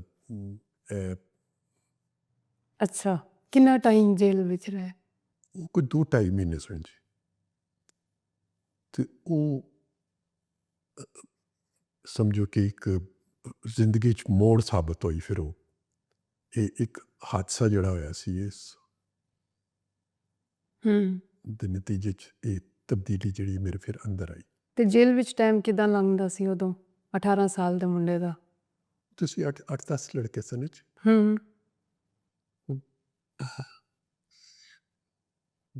ਇੱਕ ਪਿਕਨਿਕ ਹੀ ਸਮਝੋ ਬਣ ਗਈ ਸਾਡੀ ਫਿਰ ਉੱਥੇ। ਉਹ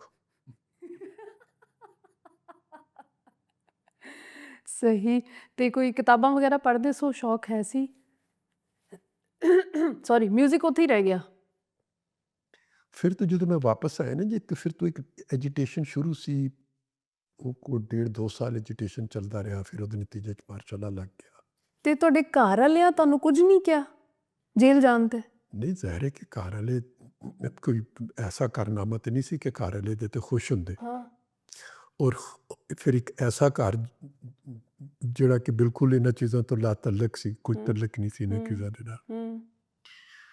ਤੇ ਲੇਕਿਨ ਉਹ ਜਿਹੜੀ ਅੱਗ ਫਿਰ ਪੂਰੇ ਮਾਸ਼ਰੇ 'ਚ ਉਸ ਵੇਲੇ ਲੱਗੀ ਹੋਈ ਸੀ ਨੌਜਵਾਨਾਂ 'ਚ, ਉਹ ਮੇਰੇ ਵਾਸਤੇ ਜ਼ਿਆਦਾ ਅਟਰੈਕਟਿਵ ਹੋ ਗਈ ਨਾ ਜੀ। ਫਿਰ ਯੈਸ। ਉਹ ਇਹ ਉਮਰ ਦਾ ਹਿੱਸਾ ਹੁੰਦਾ ਜਿਹਦੇ 'ਚ ਤੁਸੀਂ ਹੂੰ। ਘਰ ਵਾਲਿਆਂ ਦੀ ਹਰ ਗੱਲ ਜਿਹੜੀ ਹੈ ਉਹਦੀ ਨਫੀ ਕਰਨਾ ਤੁਸੀਂ। ਭੈੜੀ ਲੱਗਦੀ ਹੈ, ਇਹਨਾਂ ਨੂੰ ਕੀ ਪਤਾ। ਮੈਂ ਤਾਂ ਇਤਨਾ ਬਹੁਤ ਵੱਡੇ ਮਕਸਦ ਵਾਸਤੇ ਆਪਣੀ ਜ਼ਿੰਦਗੀ ਫਿਰ ਵਕਫ ਕਰ ਦਿੱਤੀ ਹੋਈ ਹੈ। ਤੁਸੀਂ ਦੱਸਿਆ ਕਿ ਜੇਲ੍ਹ ਵਿੱਚ ਤੁਹਾਡੀ ਇੱਕ ਤਰ੍ਹਾਂ ਜਿਹੜੀਆਂ ਗੱਲਾਂ ਹੁੰਦੀਆਂ ਸਨ, ਤੁਹਾਡੀ ਤਰਬੀਅਤ ਹੋਈ, ਉਹ ਕੀ ਗੱਲਾਂ ਹੁੰਦੀਆਂ ਸਨ? ਮੈਂ ਉਸ ਦੌਰ ਦੀਆਂ ਗੱਲਾਂ ਸੁਣਨਾ ਚਾਹੁੰਦੀ ਹਾਂ। ਬੇਸਿਕਲੀ ਕਿ ਇਹ ਫਿਰ ਆਮਰੀਅਤ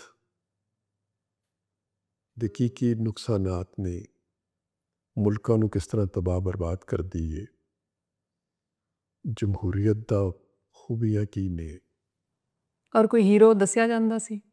ਉਸ ਜ਼ਮਾਨੇ 'ਤੇ ਇੱਕ ਤਾਂ ਨੈਸ਼ਨਲਿਸਟ ਹੀਰੋ ਬਹੁਤ ਜ਼ਿਆਦਾ ਸੀ, ਬਹੁਤ ਜ਼ਿਆਦਾ ਸੀ। ਬਹੁਤ ਜ਼ਿਆਦਾ ਸੀ।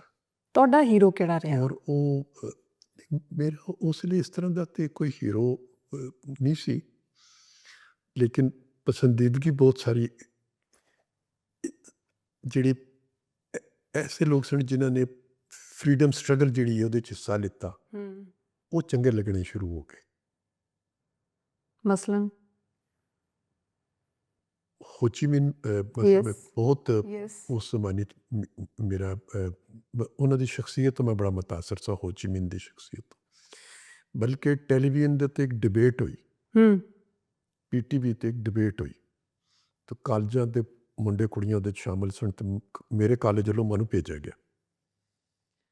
ਅਤੇ ਮੌਜ਼ੂ ਸੀ ਕਿ ਇਨਸਾਨ ਕੀ ਸ਼ਖਸੀਅਤ ਦਰਜੀ ਕੀ ਮਰਹੂਨੇ ਮਿੰਨਤ ਹੈ। ਸਹੀ। ਹੁਣ ਉਹਦੇ 'ਚ ਤਕਰੀਰਾਂ ਲੋਕ ਕਰ ਰਹੇ ਨੇ ਕਿ ਅਗਰ ਤੁਹਾਡੇ ਕੱਪੜੇ ਚੰਗੇ ਸੀਤੇ ਹੋਏ ਨੇ, ਤੁਸੀਂ ਚੰਗੇ ਪਾਏ ਨੇ, ਤਾਂ ਤੁਹਾਡੀ ਸ਼ਖਸੀਅਤ ਵਿੱਚ ਕੀ ਖੂਬੀਆਂ ਪੈਦਾ ਹੁੰਦੀਆਂ।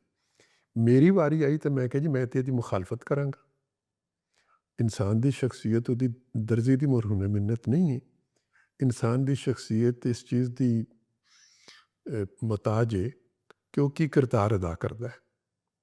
ਅਤੇ ਫਿਰ ਮੈਂ ਮਿਸਾਲ ਦਿੱਤੀ ਵੀਅਤਨਾਮ ਦੀ ਔਰ ਹੋ ਚੀ ਮਿਨ ਦੀ, ਕਿ ਉਹਨਾਂ ਦੇ ਜਿਸਮ 'ਤੇ ਫਟੇ ਪੁਰਾਣੇ ਲੀਰਾਂ ਵਾਲੇ ਕੱਪੜੇ ਨੇ, ਅਤੇ ਉਹਨਾਂ ਦੇ ਮੁਕਾਬਲੇ 'ਤੇ ਅਮਰੀਕਨ ਸਿਪਾਹੀ ਜਿਹੜਾ ਹੈ ਉਹਦੀ ਤਾਂ ਵਰਦੀ ਬੜੀ ਆਲੀਸ਼ਾਨ ਹੈ, ਉਹ ਲੱਖਾਂ ਰੁਪਏ ਦੀ ਵਰਦੀ ਹੈ, ਅਤੇ ਇਹਦੇ ਜਿਸਮ ਉੱਤੇ ਵਰਦੀ ਨਾ ਦੀ ਚਿੱਥੜੇ ਨੇ।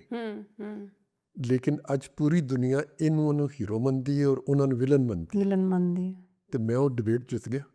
ਵਾਹ ਵਾਹ।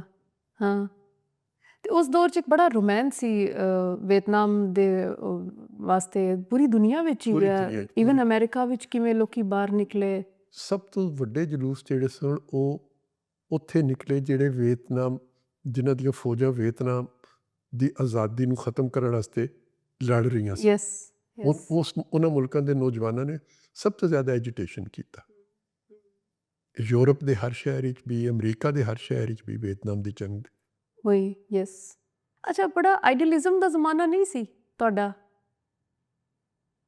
ਨੈਸ਼ਨਲਿਸਟ ਹੀਰੋ ਬਹੁਤ ਜ਼ਿਆਦਾ ਸਨ, ਹਰ ਪਾਸੇ ਨਵੀਆਂ ਕੌਮਾਂ ਬਣ ਰਹੀਆਂ ਸਨ, ਮੁਲਕ ਬਣ ਗਏ ਸਨ, ਨਵੇਂ ਮੁਲਕ ਬਣੇ ਸਨ ਨਾ ਸਾਰੇ ਜੀ, ਨਵੇਂ ਆਜ਼ਾਦ ਹੋਏ ਸਨ। ਕੁਝ ਆਜ਼ਾਦ ਹੋਣ ਦੀ ਕੋਸ਼ਿਸ਼ ਵਿੱਚ ਸਨ, ਜਿਹੜੇ ਆਜ਼ਾਦ ਹੋ ਰਹੇ ਸਨ, ਅਤੇ ਉਹਨਾਂ ਦੀ ਹਮਾਇਤ ਕਰਨਾ, ਉਹਨਾਂ ਵਾਸਤੇ ਆਵਾਜ਼ ਬੁਲੰਦ ਕਰਨਾ। ਅੱਛਾ, ਜਿਹੜੇ ਆਜ਼ਾਦ ਹੋ ਕੇ ਸਾਡੀ ਤਰ੍ਹਾਂ ਫਿਰ ਆਮਰੀਅਤ ਦੇ ਚੁੰਗਲ ਵਿੱਚ ਫਸ ਕੇ ਉਹ ਆਮਰੀਅਤ ਤੋਂ ਆਜ਼ਾਦੀ ਹਾਸਲ ਕਰਨਾ ਚਾਹੁੰਦੇ ਸਨ, ਅਤੇ ਨੌਜਵਾਨਾਂ ਦੀਆਂ ਤਹਿਰੀਕਾਂ ਤੇ ਹੈ ਸਨ ਇਹਨਾਂ ਚੀਜ਼ਾਂ ਵਾਸਤੇ। ਔਰ ਇਸ ਵਾਸਤੇ ਤੁਸੀਂ ਦੇਖੋਗੇ ਕਿ ਇੱਕ ਜਨਰੇਸ਼ਨ ਸੀ 47 ਦੀ ਜਿਸਨੇ ਇੱਕ ਬਹੁਤ ਅੱਛਾ ਅਦਬ, ਸ਼ਾਇਰੀ, ਮਸਵਰੀ ਤਖਲੀਕ ਕੀਤੀ। ਦੂਸਰੀ ਜਨਰੇਸ਼ਨ ਫਿਰ ਇਹ ਸੀ ਜਿਹਨੇ ਅੱਛੇ ਅਦੀਬ ਪੈਦਾ ਕੀਤੇ, ਅੱਛੇ ਸ਼ਾਇਰ ਪੈਦਾ ਕੀਤੇ, ਅੱਛੇ ਮੁਸੱਵਰ ਪੈਦਾ ਕੀਤੇ। ਬਿਲਕੁਲ ਠੀਕ ਹੈ ਤੁਹਾਡੀ ਗੱਲ। ਅਤੇ ਈਵਨ ਉਹ ਜ਼ਿਆਉਲ ਹਕ ਦੇ ਜ਼ਮਾਨੇ ਵਿੱਚ ਵੀ ਉਹ ਫਿਰ ਉਸੇ ਤਰ੍ਹਾਂ ਉਹ ਕੰਟੀਨਿਊ ਰਹੀ ਰਵਾਇਤ। ਉਹਨਾਂ ਨੇ ਬਹੁਤ ਮਜ਼ਾਹਮਤ ਉਹਨਾਂ ਨੇ ਬਹੁਤ ਜ਼ਿਆਦਾ ਕੀਤੀ। ਸਿਆਸੀ ਕਾਰਕੁਨ ਵੀ ਸਭ ਤੋਂ ਜ਼ਿਆਦਾ ਅੱਛਾ ਜਿਹੜਾ ਵੇ ਉਹ, ਬਲਕਿ ਪਾਕਿਸਤਾਨ ਬਣਨ ਤੋਂ ਬਾਅਦ ਅਗਰ ਕੋਈ ਸਿਆਸੀ ਕਾਰਕੁਨ ਪਾਕਿਸਤਾਨ ਵਿੱਚ ਜਿਹਨੇ ਇੱਕ ਬਹੁਤ ਇਖਲਾਸ ਦੇ ਨਾਲ ਖਲੂਸ ਦੇ ਨਾਲ ਆਪਣੇ ਜਿਹੜੇ ਵੀ ਉਹਦੇ ਅਸੂਲ ਸਨ ਉਹਨਾਂ ਨੂੰ ਹਾਸਲ ਕਰਨ ਵਾਸਤੇ ਉਹਨੇ ਆਪਣੀ ਜ਼ਿੰਦਗੀ ਨੂੰ ਵਕਫ ਕੀਤਾ, ਉਹ ਉਸੇ ਜਨਰੇਸ਼ਨ ਤੋਂ ਤਾਲੁਕ ਰੱਖਦੇ ਸਨ। ਅੱਛਾ, ਲੇਕਿਨ ਜਿਹੜੀ ਮੈਂ ਗੱਲ ਕਰ ਰਹੀ ਹਾਂ ਕਿ ਆਈਡੀਅਲਿਜ਼ਮ ਦਾ ਜ਼ਮਾਨਾ ਸੀ, ਜਾਂ ਲੈਫਟ ਸੀ ਜਾਂ ਰਾਈਟ ਸੀ, ਲੋਕਾਂ ਨੂੰ ਬਹੁਤ ਕਲੀਅਰ ਸੀ ਕਿ ਮੇਰਾ ਰਾਹ ਕਿਹੜਾ ਹੈ। ਹੁਣ ਜ਼ਿਆਦਾ ਗੁੰਝਲ ਨਹੀਂ ਪੈ ਗਏ, ਹੁਣ ਆਈਡੀਅਲਿਜ਼ਮ ਤੇ ਨਹੀਂ ਹੈਗੀ ਇੰਟਰਨੈਸ਼ਨਲੀ। ਜੀ ਆਈਡੀਅਲਿਜ਼ਮ ਨਹੀਂ, ਹੁਣ ਇੰਡੀਵਿਜੂਅਲਿਜ਼ਮ ਹੈ। ਯੈਸ, ਜੀ ਉਹ ਪਹਿਲੇ ਜਿਹੜੀ ਪੂਰੀ ਜੁਆਇੰਟ ਫੈਮਿਲੀ ਰਹਿੰਦੀ ਸੀ ਹਵੇਲੀ 'ਚ, ਹੁਣ ਉਹ ਸਟੂਡੀਓ ਫਲੈਟ 'ਚ ਰਹਿੰਦੇ ਨੇ ਵੱਖਰੇ ਵੱਖਰੇ। ਸਿਰਫ ਫੈਮਿਲੀ ਹੀ ਨਹੀਂ ਇਕੱਠੀ ਰਹਿੰਦੀ ਸੀ, ਬਲਕਿ ਤੁਹਾਡਾ ਪੂਰਾ ਮਹੱਲਾ ਜਿਹੜਾ ਉਹ ਤੁਹਾਡੀ ਫੈਮਿਲੀ ਹੁੰਦਾ ਸੀ। ਯੈਸ, ਹੁਣ ਤੁਸੀਂ ਜਿਸ ਮਹੱਲੇ 'ਚ ਰਹਿੰਦੇ ਹੋ ਤੁਸੀਂ ਅਜਨਬੀ ਹੋ, ਔਰ ਮਹੱਲੇ ਵਾਲਿਆਂ ਦੇ ਵਾਸਤੇ ਨਹੀਂ ਪਤਾ। ਤੁਸੀਂ ਅਜਨਬੀ ਹੋ ਔਰ ਤੁਹਾਡੇ ਵਾਸਤੇ ਉਹ ਅਜਨਬੀ ਨੇ। ਹਾਂ, ਨਾਲ ਦੇ ਘਰ ਦਾ ਨਹੀਂ ਪਤਾ ਕੌਣ ਰਹਿ ਰਿਹਾ, ਕੀ ਹਿਸਾਬ ਹੈ। ਤੁਸੀਂ ਈਦ ਬਕਰ ਈਦ 'ਤੇ ਇੱਕ ਦੂਸਰੇ ਦੇ ਨਾਲ ਸ਼ਾਮਿਲ ਨਹੀਂ ਹੁੰਦੇ। ਗਮ ਖੁਸ਼ੀ 'ਚ ਤੁਸੀਂ ਆਪਣੀਆਂ ਆਪਣੀਆਂ ਖੁਸ਼ੀਆਂ ਨੇ, ਆਪਣੇ ਆਪਣੇ ਗਮ ਨੇ।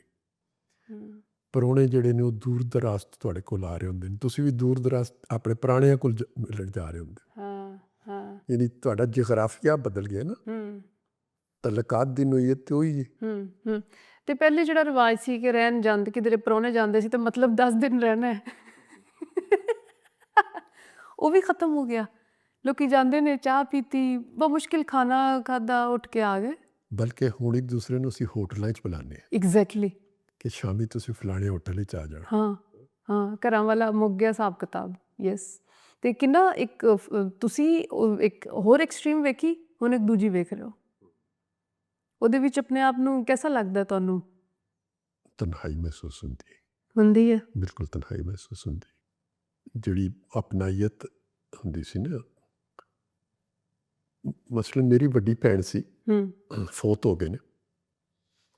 ਉਹ ਜਦੋਂ ਸਰਦੀਆਂ ਸ਼ੁਰੂ ਹੁੰਦੀਆਂ ਸਨ ਤੇ ਹਰ ਕੁੜੀ ਤੇ ਔਰ ਖਾਤੂਨ ਦੇ ਹੱਥ 'ਚ ਨਾ ਉਹ ਆ ਜਾਂਦੀਆਂ ਸਨ ਕਰੋਸ਼ੀਆ, ਸਵੈਟਰ ਬੁਣਨ ਵਾਲੀ, ਕਰੋਸ਼ੀਆ, ਸਵੈਟਰ ਬੁਣਨ ਵਾਲੀਆਂ ਜਿਹੜੀਆਂ ਸਿਲਾਈਆਂ ਹੁੰਦੀਆਂ, ਲਾਈਆਂ ਹੁੰਦੀਆਂ ਨੇ, ਔਰ ਉਹ ਸਵੈਟਰਾਂ ਬੁਣਨੀਆਂ ਸ਼ੁਰੂ ਕਰ ਦਿੰਦੀਆਂ ਹੁੰਦੀਆਂ ਸੀ। ਯੈਸ, ਤੇ ਮੈਨੂੰ ਯਾਦ ਹੈ ਕਿ ਮੇਰੀ ਭੈਣ ਵੱਡੀ ਜਿਹੜੀ ਸੀ ਉਹ ਸਾਡੇ ਸਵੈਟਰ ਬੁਣਦੀ ਹੁੰਦੀ ਸੀ, ਤੇ ਜਿਹੜੇ ਮੇਰੇ ਦੋਸਤ ਹੁੰਦੇ ਸਨ ਉਹਨਾਂ ਦੇ ਵੀ ਨਾਲ ਸਵੈਟਰ ਬੁਣਦੀ ਹੁੰਦੀ ਸੀ। ਸਟੂਡੈਂਟ ਯੂਨੀਅਨਸ ਉਦੋਂ ਹੈ ਸਨ, ਜੀ ਆਬਵੀਅਸਲੀ ਤੁਸੀਂ ਉਹਦੇ 'ਚੋਂ ਹੀ ਨਿਕਲੇ ਹੋ। ਸਾਡੇ ਜ਼ਮਾਨੇ 'ਚ ਸਟੂਡੈਂਟਸ ਯੂਨੀਅਨ ਸਨ। ਅਸੀਂ ਅੱਛਾ, ਸਾਡੇ ਕਾਲਜ 'ਚ 3 ਵੱਡੇ ਇਲੈਕਸ਼ਨ, ਛੋਟੇ ਛੋਟੇ ਇਲੈਕਸ਼ਨ ਤੇ ਕਾਫੀ ਹੁੰਦੇ ਸਨ, ਲੇਕਿਨ 3 ਵੱਡੇ ਇਲੈਕਸ਼ਨ ਹੁੰਦੇ ਸਨ। ਇੱਕ ਸਟੂਡੈਂਟਸ ਯੂਨੀਅਨ ਦਾ ਇਲੈਕਸ਼ਨ ਹੁੰਦਾ ਸੀ, ਇੱਕ ਇਹਨਾਂ 2 ਕਲੱਬ ਸਨ। ਠੀਕ ਹੈ, ਉਹਨਾਂ ਦੇ ਨਾਂ ਯਾਦ ਹੈ? ਇੱਕ ਦਾ ਨਾਂ ਸੀ ਬਾਰ, ਇੱਕ ਦਾ ਨਾਮ ਸੀ ਮਿਨਰਵਾ। ਠੀਕ ਹੈ, ਤੇ ਔਡ ਨੰਬਰ ਵਾਲੇ ਜਿਹੜੇ ਨੇ ਉਹ ਬਾਰ ਕਲੱਬ ਦੇ ਹੁੰਦੇ ਸਨ, ਤੇ ਈਵਨ ਨੰਬਰ ਵਾਲੇ ਜਿਹੜੇ ਨੇ ਉਹ ਮਿਨਰਵਾ ਕਲੱਬ ਦੇ ਹੁੰਦੇ ਸਨ। ਸਹੀ। ਤੇ ਇਹਨਾਂ ਕਲੱਬਾਂ ਦੇ ਇਲੈਕਸ਼ਨ ਵੀ ਪੂਰਾ ਕਾਲਜ ਦਾ ਇਲੈਕਸ਼ਨ ਹੁੰਦਾ ਸੀ, ਕਿਉਂਕਿ ਅੱਧੇ ਮੁੰਡੇ ਹੁੰਦੇ ਸੀ, ਮੁੰਡੇ ਕੁੜੀਆਂ, ਸਾਡੀ ਕੋ ਐਜੂਕੇਸ਼ਨ ਹੁੰਦੀ ਸੀ। ਤੇ ਸਟੂਡੈਂਟਸ ਯੂਨੀਅਨ ਦਾ ਇਲੈਕਸ਼ਨ ਵੀ ਬੜਾ ਜ਼ੋਰ ਸ਼ੋਰ ਨਾਲ ਹੁੰਦਾ ਸੀ। ਫਿਰ ਛੋਟੇ ਛੋਟੇ ਕਲੱਬਸ ਜਿਹੜੇ ਸਨ, ਕਾਲਜ ਡਰਾਮੈਟਿਕ ਕਲੱਬ ਔਰ ਜਾਂ ਲਿਟਰੇਰੀ ਕਲੱਬ, ਜੀ ਇਸ ਤਰ੍ਹਾਂ ਦੇ ਡਿਬੇਟਿੰਗ ਕਲੱਬ, ਇਹਨਾਂ ਸਭ ਦੇ ਇਲੈਕਸ਼ਨ ਹੁੰਦੇ ਸਨ। ਔਰ ਸਾਰੇ ਇਲੈਕਸ਼ਨਾਂ 'ਚ ਭਾਵੇਂ ਉਹ ਕਲੱਬਸ ਦੇ ਇਲੈਕਸ਼ਨ, ਡਰਾਮੈਟਿਕ ਕਲੱਬ ਦੇ 150-200 ਜਾਂ 50-60 ਮੈਂਬਰ ਵੀ ਨੇ, ਤੇ ਉਹ ਬੜੇ ਜ਼ੋਰ ਸ਼ੋਰ ਨਾਲ। ਤੁਹਾਡੀ ਹੈ ਦੋਸਤੀ ਹਜੇ ਤੱਕ ਜਿਹੜੇ ਤੁਹਾਡੇ ਸਕੂਲ ਫੈਲੋਜ਼ ਸਨ ਉਹਨਾਂ ਨਾਲ, ਜਾਂ ਕਾਲਜ ਫੈਲੋਜ਼? ਜਿਹੜੇ ਹਯਾਤ ਨੇ ਉਹਨਾਂ ਦੇ ਨਾਲ ਤੇ ਹੈ ਵੇ। ਹੈ ਜੀ। ਹੁਣ ਤੁਸੀਂ ਕਦੀ ਗਏ ਉਸ ਕਾਲਜ? ਮੈਨੂੰ ਇਤਫਾਕ ਹੋਇਆ ਜੀ ਕੋਈ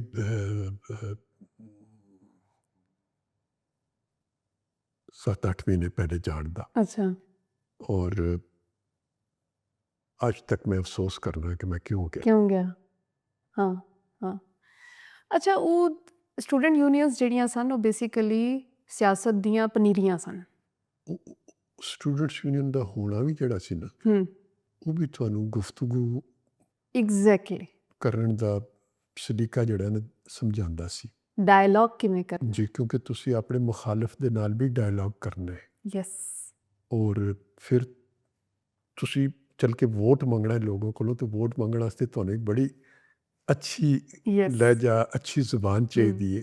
ਔਰ ਜਦੋਂ ਤੁਸੀਂ ਵੋਟ ਮੰਗਣ ਨਿਕਲਦੇ ਹੋ ਤਾਂ ਮੁੰਡੇ ਨੇ ਨਾ, ਤੁਹਾਡਾ ਮੁਖਾਲਫ ਲੜਕਾ ਵੀ ਤੁਹਾਡੇ ਸਾਹਮਣੇ ਆ ਕੇ ਖਲੋ ਜਾਏਗਾ ਹਾਂ ਔਰ ਉਹ ਤੁਹਾਡੇ 'ਤੇ ਤਨਕੀਦ ਵੀ ਕਰੇਗਾ। ਅਤੇ ਜੇ ਤੁਸੀਂ ਉਹਦੇ ਨਾਲ ਲੜ ਪਏ ਅਤੇ ਤੁਸੀਂ ਤੇ ਜਿਹੜਾ ਆਪਣਾ ਹਾਮੀ ਵੋਟ ਹੈ ਉਹਨੂੰ ਵੀ ਨਾਰਾਜ਼ ਕਰ ਬੈਠੋਗੇ। ਲਿਹਾਜ਼ਾ ਤੁਹਾਨੂੰ ਸਬਰ, ਤਹੱਮਲ ਵੀ ਸਿਖਾਉਂਦਾ ਸੀ। ਅਤੇ ਉਹ ਜਦੋਂ ਯੂਨੀਅਨ ਨੂੰ ਤੁਸੀਂ ਵਿੱਚੋਂ ਕੱਢ ਦਿੱਤਾ ਅਤੇ ਫਿਰ ਮੁੰਡਿਆਂ ਦੇ ਹੱਥ 'ਚ ਸਿਰਫ ਪੱਥਰ ਰਹਿ ਗਿਆ ਮਾਰਨ ਵਾਲਾ। ਅਤੇ ਉਹਨੇ ਵੀ ਇਹ ਜਿਹੜਾ ਮੋਲਾ ਜੱਟ ਦਾ ਕਲਚਰ ਹੈ ਉਹਨੂੰ ਪ੍ਰਮੋਟ ਕੀਤਾ ਜੀ, ਕੋਈ ਬਣ ਗਿਆ। ਉਹਦੀ ਪਰਵਰਿਸ਼ ਜ਼ਿਆਦਾ ਹੋ ਗਈ। ਜਦੋਂ ਤੁਸੀਂ ਇੱਕ ਡੈਮੋਕ੍ਰੇਟਿਕ ਇੰਸਟੀਟਿਊਸ਼ਨ ਜਿਹੜੇ ਨੇ ਉਹਨਾਂ ਨੂੰ ਖ਼ਤਮ ਕੀਤਾ ਅਤੇ ਉਹਦੀ ਰਿਪਲੇਸਮੈਂਟ ਜਿਹੜੀ ਸੀ ਫਿਰ ਉਹਨੇ ਗੰਡਾਸਾ ਕਲਚਰ ਨੇ ਲੈ ਲਈ। ਮੈਂ ਤੁਹਾਨੂੰ ਤਾਂ ਹੀ ਪੂਰਾ ਪੁੱਛ ਰਹੀ ਹਾਂ ਬਾਰ-ਬਾਰ ਗੋਰਡਨ ਕਾਲਜ ਦਾ, ਯੂਨੀਅਨਸ ਦਾ, ਕਿਉਂਕਿ ਜਿਹੜੇ ਅੱਜ ਮਤਲਬ ਮੈਂ ਤਾਂ ਵੇਖਿਆ ਹੀ ਨਹੀਂ ਕਿ ਇਹ ਵੋਟਿੰਗ ਹੁੰਦੀ ਸੀ। ਅਸੀਂ ਤਾਂ ਇਹੀ ਵੇਖਿਆ ਕਿ ਉਹ ਆਪਣੀ ਮਰਜ਼ੀ ਨਾਲ ਹੀ ਕਿਸੇ ਇੱਕ ਨੂੰ ਬਣਾਉਂਦੇ ਨੇ, ਉਹ ਵੀ ਯੂਨੀਅਨ 'ਚ ਨਹੀਂ। ਜਿਹੜੇ ਕਲੱਬਸ ਨੇ, ਮੈਂ ਗਵਰਨਮੈਂਟ ਕਾਲਜ ਦੀ ਪੜ੍ਹੀ ਹਾਂ ਅਤੇ GCDC ਹੈ ਡਰਾਮੈਟਿਕ ਕਲੱਬ, ਅਤੇ ਉਹਨਾਂ ਆਪ ਬਣਾਉਣਾ, ਉਹਦੀ ਕੋਈ ਵੋਟਿੰਗ ਨਹੀਂ ਹੁੰਦੀ। ਮੇਰੇ ਵਾਸਤੇ ਸ਼ਾਇਦ ਨਵੀਆਂ ਨੇ। ਹਾਂ, ਬਕਾਇਦਾ ਵੋਟ ਬਣਦੇ ਸਨ, ਤੁਸੀਂ ਕਨਵਿੰਸ ਕਰਦੇ ਸੋ। ਹਾਂ, ਅਤੇ ਇਹ ਤਾਂ ਹੈ। ਅੱਛਾ, ਅੱਜ ਜਿਹੜਾ ਮੇਰਾ ਇਹ ਮੌਜ਼ੂ ਸੀ, ਜਿਹੜਾ ਮੇਰੇ ਜ਼ਿਹਨ ਵਿੱਚ ਸੀ ਕਿ ਮੈਂ ਤੁਹਾਡੇ ਨਾਲ ਇਹਦੇ 'ਤੇ ਗੱਲ ਕਰਨੀ ਹੈ ਔਰ ਅਸੀਂ ਇਹਦੇ 'ਤੇ ਜ਼ਰਾ ਖੁੱਲ੍ਹ ਕੇ ਇਹਨੂੰ ਡੀਕੋਡ ਕਰਨ ਦੀ ਕੋਸ਼ਿਸ਼ ਕਰਾਂਗੇ, ਉਹ ਸੀ ਕਿ ਮੈਂ ਇੱਕ ਸਕੂਲ ਵਿੱਚ ਬੱਚਿਆਂ ਨੂੰ ਕਹਾਣੀ ਸੁਣਾਉਣ ਗਈ। ਛੋਟੇ ਬੱਚੇ ਸਨ, ਕਿੰਡਰਗਾਰਟਨ ਦੇ, ਕੋਈ 4 ਸਾਲ ਦਾ, 5 ਸਾਲ ਦਾ, 6 ਸਾਲ ਦਾ, ਅਤੇ ਮੈਂ ਪੰਜਾਬੀ 'ਚ ਕਹਾਣੀ ਸੁਣਾ ਰਹੀ ਹਾਂ ਜਾ ਕੇ। ਕੋਈ ਜਿਵੇਂ ਬੱਚਿਆਂ ਦੀਆਂ ਕਹਾਣੀਆਂ ਹੁੰਦੀਆਂ ਨੇ, ਕੋਈ ਲੇਲੇ ਦੀ, ਕੋਈ ਬੱਕਰੇ ਦੀ, ਇੱਦਾਂ। ਅਤੇ ਉਹ ਇੱਕ ਛੋਟਾ ਜਿਹਾ ਬੱਚਾ ਹੈ 4 ਕੁ ਸਾਲ ਦਾ, ਉਹ ਮੈਨੂੰ ਵੇਖ ਰਿਹਾ ਔਰ ਫਿਰ ਉਹ ਆਪਣੇ ਟੀਚਰ ਨੂੰ ਵੇਖਦਾ ਇੱਦਾਂ ਕਰਕੇ, ਫਿਰ ਮੈਨੂੰ ਵੇਖਦਾ, ਮੂੰਹ ਖੁੱਲ੍ਹਿਆ ਉਹਦਾ। ਅੱਛਾ, ਉਹ ਬੋਲ ਨਹੀਂ ਰਿਹਾ। ਉਹਨੇ ਬੜੀ ਕੋਸ਼ਿਸ਼ ਕੀਤੀ ਕਿ ਪੁੱਤਰ ਤੂੰ ਬੋਲ ਕਿਉਂ ਨਹੀਂ ਬੋਲਦਾ ਪਿਆ। ਖੈਰ, ਉਹ ਜਦੋਂ 2-3 ਘੰਟੇ ਅਸੀਂ ਨਾਲ ਲੰਘਾਏ ਅਤੇ ਪਤਾ ਚੱਲਿਆ ਕਿ ਇਹ ਟੀਚਰ ਤਾਂ ਮੈਨੂੰ ਫਾਈਨ ਕਰਦੀ ਹੈ ਪੰਜਾਬੀ ਬੋਲਣ 'ਤੇ, ਇਹਨੂੰ ਕਿਉਂ ਨਹੀਂ ਕੁਝ ਕਹਿ ਰਹੀ। ਔਰ ਉਹ ਹੈਰਤ ਬੱਚਾ ਹਜ਼ਮ ਨਹੀਂ ਕਰ ਪਾ ਰਿਹਾ ਸੀ ਕਿ ਕੋਈ ਆ ਕੇ ਮੇਰੇ ਨਾਲ ਸਕੂਲ ਵਿੱਚ ਪੰਜਾਬੀ 'ਚ ਗੱਲ ਕਰ ਰਿਹਾ। ਹਾਂ ਹਾਂ, ਬੱਚੇ ਦੀ ਹੈਰਤ ਤੇ ਠੀਕ ਹੈ, ਬੱਚੇ ਦਾ ਸਵਾਲ ਠੀਕ ਹੈ। ਇਹ ਤਾਂ ਜਵਾਬ ਤੇ ਉਹਦੀ ਟੀਚਰ ਨੂੰ ਦੇਣਾ ਚਾਹੀਦਾ ਸੀ ਕਿ ਉਹਨੇ ਤੁਹਾਨੂੰ ਕਹਾਣੀ ਸੁਣਾਉਣ ਦੀ ਇਜਾਜ਼ਤ ਕਿਉਂ ਦਿੱਤੀ। ਗੱਲ ਠੀਕ ਹੈ। ਹਾਂ, ਈਵਨ ਉਹ ਬੱਚਿਆਂ ਦੇ ਮਾਵਾਂ ਨਾਲ ਗੱਲ ਕਰੋ ਅਤੇ ਉਹ ਕਹਿੰਦੇ ਨੇ ਅਸੀਂ ਬੱਚਿਆਂ ਨੂੰ ਪੰਜਾਬੀ ਸਿੱਖਣ ਕੋਈ ਘੱਲਦੇ ਹਾਂ ਸਕੂਲ। ਉਹਦੀ ਵਜ੍ਹਾ ਇਹ ਬਣਾ ਜੀ ਕਿ ਪੰਜਾਬੀ ਦੇ ਨਾਲ ਤੁਸੀਂ ਆਪਣੀ ਮਈਸ਼ਤ ਜਿਹੜੀ ਹੈ ਉਹਦਾ ਕੋਈ ਰਿਸ਼ਤਾ ਨਹੀਂ ਜੋੜਿਆ ਨਾ। ਅਗਰ ਤੁਹਾਨੂੰ ਉਰਦੂ ਨਹੀਂ ਆਉਂਦੀ ਤਾਂ ਤੁਸੀਂ ਦਫ਼ਤਰ ਵਿੱਚ ਕਲਰਕੀ ਨਹੀਂ ਕਰ ਸਕਦੇ ਨਾ। ਔਰ ਅਗਰ ਤੁਹਾਨੂੰ ਅੰਗਰੇਜ਼ੀ ਨਹੀਂ ਆਉਂਦੀ ਤਾਂ ਤੁਸੀਂ ਦਫ਼ਤਰ ਵਿੱਚ ਅਫਸਰੀ ਨਹੀਂ ਕਰ ਸਕਦੇ। ਜ਼ਿਆਦਾ ਤੁਸੀਂ ਅਫਸਰੀ ਤੋਂ ਲੈ ਕੇ ਕਲਰਕੀ ਤੱਕ 2 ਜ਼ੁਬਾਨਾਂ 'ਤੇ ਨਿਸਾਰ ਹੈ ਤੁਹਾਡਾ, ਅੰਗਰੇਜ਼ੀ 'ਤੇ ਔਰ ਉਰਦੂ 'ਤੇ। ਅਤੇ ਪੰਜਾਬੀ ਤਾਂ ਇੱਥੇ ਕਿਧਰੇ ਮੈਟਰ ਹੀ ਨਹੀਂ ਕਰਦੀ। ਦੇਖੋ ਨਾ, ਹੁਣ ਮੈਂ ਤੁਹਾਨੂੰ ਦੱਸਾਂ, ਸਾਡੇ ਪੰਜਾਬ ਵਿੱਚ ਫਾਰਸੀ ਦਾ ਕਿਤਨਾ ਅਸਰ ਸੀ। ਫਾਰਸੀ ਜਿਹੜੀ ਚੰਗੀ ਪੁਰਾਣੀ ਤਹਿਜ਼ੀਬ ਸੀ, ਵੱਡੀ ਤਹਿਜ਼ੀਬ ਸੀ।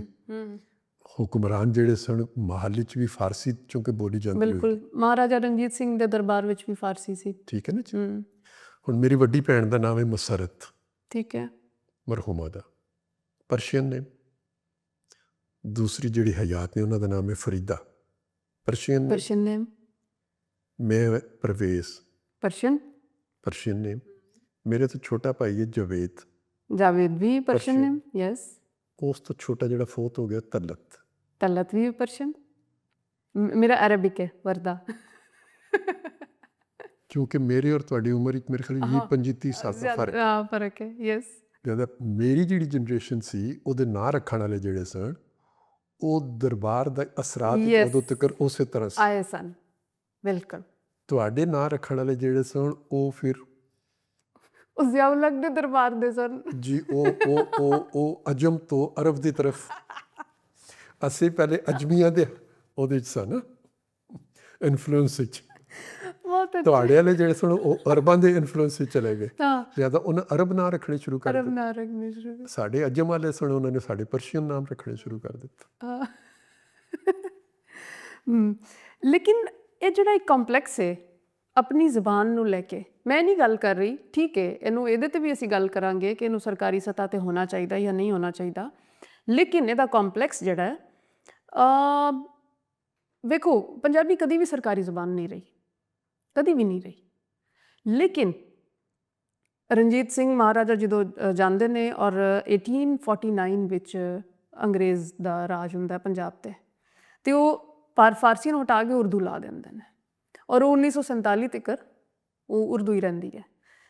ਮੁਆਸ਼ਰੇ 'ਚੋਂ ਪੰਜਾਬੀ ਨਹੀਂ ਕੱਢ ਸਕੇ, ਸੋਸਾਇਟੀ ਦੀ ਰੂਟਸ ਵਿੱਚ ਉਸੇ ਤਰ੍ਹਾਂ ਹੀ ਪੂਰੇ ਕਿੱਸੇ ਮਿਰਜ਼ਾ ਸਾਹਿਬਾਂ, ਪੂਰਨ ਭਗਤ, ਸੱਸੀ ਪੁੰਨੂ ਰਹੇ ਨੇ। ਮੇਰਾ ਤਜਰਬਾ ਜਿਹੜਾ ਜੀ ਨਾ ਉਹ ਬਿਲਕੁਲ ਇਹਦੇ ਤੋਂ ਮੁਤਜ਼ਾਦ 'ਚ। ਪਿਛਲੇ ਦਿਨੋਂ ਇੱਕ ਫਿਲਮ ਸਾਡੀ ਨੁਮਾਇਸ਼ ਵਾਸਤੇ ਪੇਸ਼ ਹੋਈ, ਬੁੱਲਾ, ਔਰ ਉਹ ਵਾਇਲੈਂਸ ਬੇਸਡ ਇੱਕ ਫਿਲਮ ਹੈ। ਯੈਸ, ਮੈਂ ਵੀ ਉਹਦੇ 'ਤੇ ਲਿਖਿਆ ਸੀ। ਮੈਂ ਕਾਫੀ ਸਖਤ ਟਵੀਟ ਉਹਦੇ 'ਤੇ ਕੀਤਾ ਕਿ ਇਹ ਫਿਲਮ ਸੈਂਸਰ ਨੇ ਕਿਸ ਤਰ੍ਹਾਂ ਪਾਸ ਕੀਤੀ। ਸੈਂਸਰ ਬੋਰਡ ਦੇ ਜਿਹੜੇ ਚੇਅਰਮੈਨ ਨੇ ਪੰਜਾਬ ਦੇ, ਉਹਨਾਂ ਨਾਲ ਮੈਂ ਗੱਲ ਕੀਤੀ ਤੇ ਉਹਨਾਂ ਨੇ ਬੜੀ ਲਾਤਲਕੀ ਦੇ ਨਾਲ, ਕਿ ਮੈਂ ਤਾਂ ਉਸ ਦਿਨ ਥਾ ਨਹੀਂ, ਉਹਨਾਂ ਵਾਸਤੇ ਮੈਟਰ ਹੀ ਨਹੀਂ ਸੀ ਕਰਦੇ। ਮੈਂ ਇਨਫੋਰਮੇਸ਼ਨ ਦੀ ਜਿਹੜੀ ਸਟੈਂਡਿੰਗ ਕਮੇਟੀ ਹੈ ਸੈਨੇਟ ਦੀ, ਉਹਦੇ ਏਜੰਡੇ 'ਤੇ ਇਹਨੂੰ ਰਖਾਇਆ। ਸਹੀ। ਤੇ ਕੋਈ 2 ਹਫ਼ਤੇ ਪਹਿਲੇ ਸਾਡੀ ਮੀਟਿੰਗ ਸੀ। ਇੱਕ ਮੀਟਿੰਗ ਵਿੱਚ ਕਿਸੇ ਨੇ ਆਉਣਾ ਗਵਾਰਾ ਨਹੀਂ ਕੀਤਾ, ਦੂਸਰੀ ਮੀਟਿੰਗ ਵਿੱਚ ਉਹਨਾਂ ਨੂੰ ਬੁਲਾਇਆ ਗਿਆ। ਹੁਣ ਸੈਂਸਰ ਬੋਰਡ ਦੇ ਮੈਂਬਰ ਬੈਠੇ ਸਨ, ਉਹਨਾਂ 'ਚੋਂ ਪਹਿਲਾ ਮੈਂਬਰ ਜਿਹੜਾ ਤਾਰਫ ਕਰਾ ਰਿਹਾ ਨਾ, ਉਹ ਪਖਤੂਨ ਹੈ। उन्होंने मैं पूछा कि अगर खुशहाल खान खटक पर कोई ऐसी फिल्म बनाई जाए जिसमें खुशहाल खान खटक को मुग़ल बादशाहों का कसीदा गो पेश किया जाए, तो आप उस फिल्म को चलने देंगे? उन्हें कहा जी नहीं चलन देंगे। क्यों नहीं सकता? अपने मुँह उन्हें कहा नहीं चलन देंगे। फिर मैं पूछा कि अगर बलोच भी ਸਾਡੇ ਨਾਲ ਬੈਠੇ ਸਨ, ਮੈਂਬਰ ਸਨ ਸੈਨੇਟ ਦੇ, ਉਹਨਾਂ ਨੂੰ ਮੈਂ ਪੁੱਛਿਆ ਕਿ ਬਲੇਦੀ ਸਾਹਿਬ, मैं कि बलेदी साहब अगर तवक्ली के बारे में कोई फिल्म बन जाए, बलोच उसे चलने देंगे? कहते जी नहीं बिल्कुल नहीं चलने देंगे। सिंधी मैंबर भी बैठे सन, उन्होंने मैं पूछा कि अगर शाह अब्दुल लतीफ भटाई के बारे कोई फिल्म बन जाए जिहदे च उन्होंने किरदार नूं इस तरह मसख किया जाए जिस तरह बुल्ले के किरदार नूं मसख किया गया, तुसीं वो फिल्म चलन दोगे? उन्होंने कहना भी 1 घंटा नहीं चलेगी फिल्म। उत्थे जितने पंजाबी बैठे सन, और मैं कहा फिल्म बनी चली, तुसीं इहनूं पास किया खुद अपने हत्थों, और अज भी तुसीं मैनूं पूछ रहे हो कि हमने क्या गुनाह किया है कि आपने हमें बुला लिया। यानी तुहानूं ये भी नहीं पता कि बुल्ला कौन सी, उहदी अहमीयत की सी, और उहदी शायरी जिहड़ी लोगां नूं किताबां उहदियां थोड़ियां ने, शायद जितने लोगों को तक अज भी कलाम जबानी याद है, ਉਹਦੇ ਮੁਕਾਬਲੇ 'ਚ ਉਹਦੀਆਂ ਕਿਤਾਬਾਂ 1000 ਗੁਣਾ ਵੀ ਨਹੀਂ ਘੱਟ ਹੋ ਨਹੀਂ ਹੈਗੀਆਂ, ਸੀਨਾ ਬਸੀਨਾ। ਜਿਹੜਾ ਕਲਾਮ ਲੋਕਾਂ ਨੂੰ ਸੀਨਾ ਬਸੀਨਾ ਯਾਦ ਹੈ ਜਿਸ ਬੰਦੇ ਦਾ। ਔਰ ਉਹਦੇ 'ਤੇ ਇੱਕ ਫਿਲਮ ਬਣ ਗਈ ਹੈ, ਇੱਕ ਮਸਖਸ਼ੁਦਾ, ਤੇ ਉਸ ਕਿਸੇ ਨੇ ਉਸ ਸਿਨੇਮੇ 'ਚ ਚੱਲ ਕੇ ਉਹਦੇ ਖਿਲਾਫ ਇਤਜਾਜ ਨਹੀਂ ਕੀਤਾ। ਕੁਝ ਵੀ ਚੱਲ ਵੀ ਗਈ ਔਰ ਲੱਥ ਵੀ ਗਈ ਸੀ ਫਿਰ। ਜੀ ਹਾਂ। ਤੇ ਯਕੀਨ ਕਰੋ ਕਿ ਅੱਧੇ ਪੰਜਾਬੀ ਜਿਹੜੇ ਉਸ ਮੀਟਿੰਗ ਵਿੱਚ ਬੈਠੇ ਹੋਏ ਸਨ, ਉਹ ਹੈਰਤ ਨਾਲ ਮੇਰਾ ਮੂੰਹ ਦੇਖ ਰਹੇ ਸਨ ਕਿ ਕਿਹੜੀ ਗੱਲ ਤੇ ਲੜਦਾ ਮਰਦਾ ਪਿਆ ਵੇ, ਕਿਹੜੀ ਗੱਲ ਦਾ ਫਿਕਰ ਕਰਦਾ ਪਿਆ। ਤਾਂ ਮੈਂ ਕਹਿ ਰਿਹਾ ਕਿ ਇਹ ਹਕੀਕਤ ਨਹੀਂ ਨੇ। ਉਹ ਪੰਜਾਬੀਆਂ ਨੇ ਖੁਦ ਪੰਜਾਬੀ ਹੋਣ ਨੂੰ ਓਨ ਹੀ ਨਹੀਂ ਕੀਤਾ। ਅਸੀਂ ਆਪਣੇ ਦਰਿਆਵਾਂ ਨੂੰ ਓਨ ਨਹੀਂ ਕੀਤਾ। ਮੈਨੂੰ ਇਹ ਦੱਸੋ, ਕਦੀ ਤੁਸੀਂ ਰਾਵੀ ਦਾ ਸਿਆਪਾ ਸੁਣਿਆ ਕਿਸੇ ਮਹਿਫਲ 'ਚ?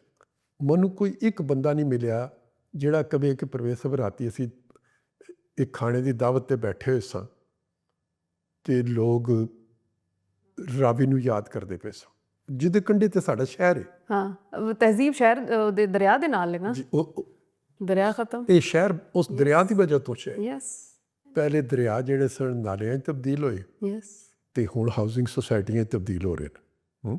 ਬਿਲਕੁਲ ਐਸਾ ਹੀ ਹੈ। ਤੇ ਕਿਸੇ ਨੂੰ ਕੋਈ ਪਰਵਾਹ ਹੀ ਨਹੀਂ, ਕਦੀ ਕਿਸੇ ਨੇ ਉਹਦੇ 'ਤੇ ਇਤਜਾਜ ਹੀ ਨਹੀਂ ਕੀਤਾ, ਕਿਸੇ ਨੇ ਉਹਦੇ 'ਤੇ ਆਵਾਜ਼ ਹੀ ਬੁਲੰਦ ਨਹੀਂ ਕੀਤੀ।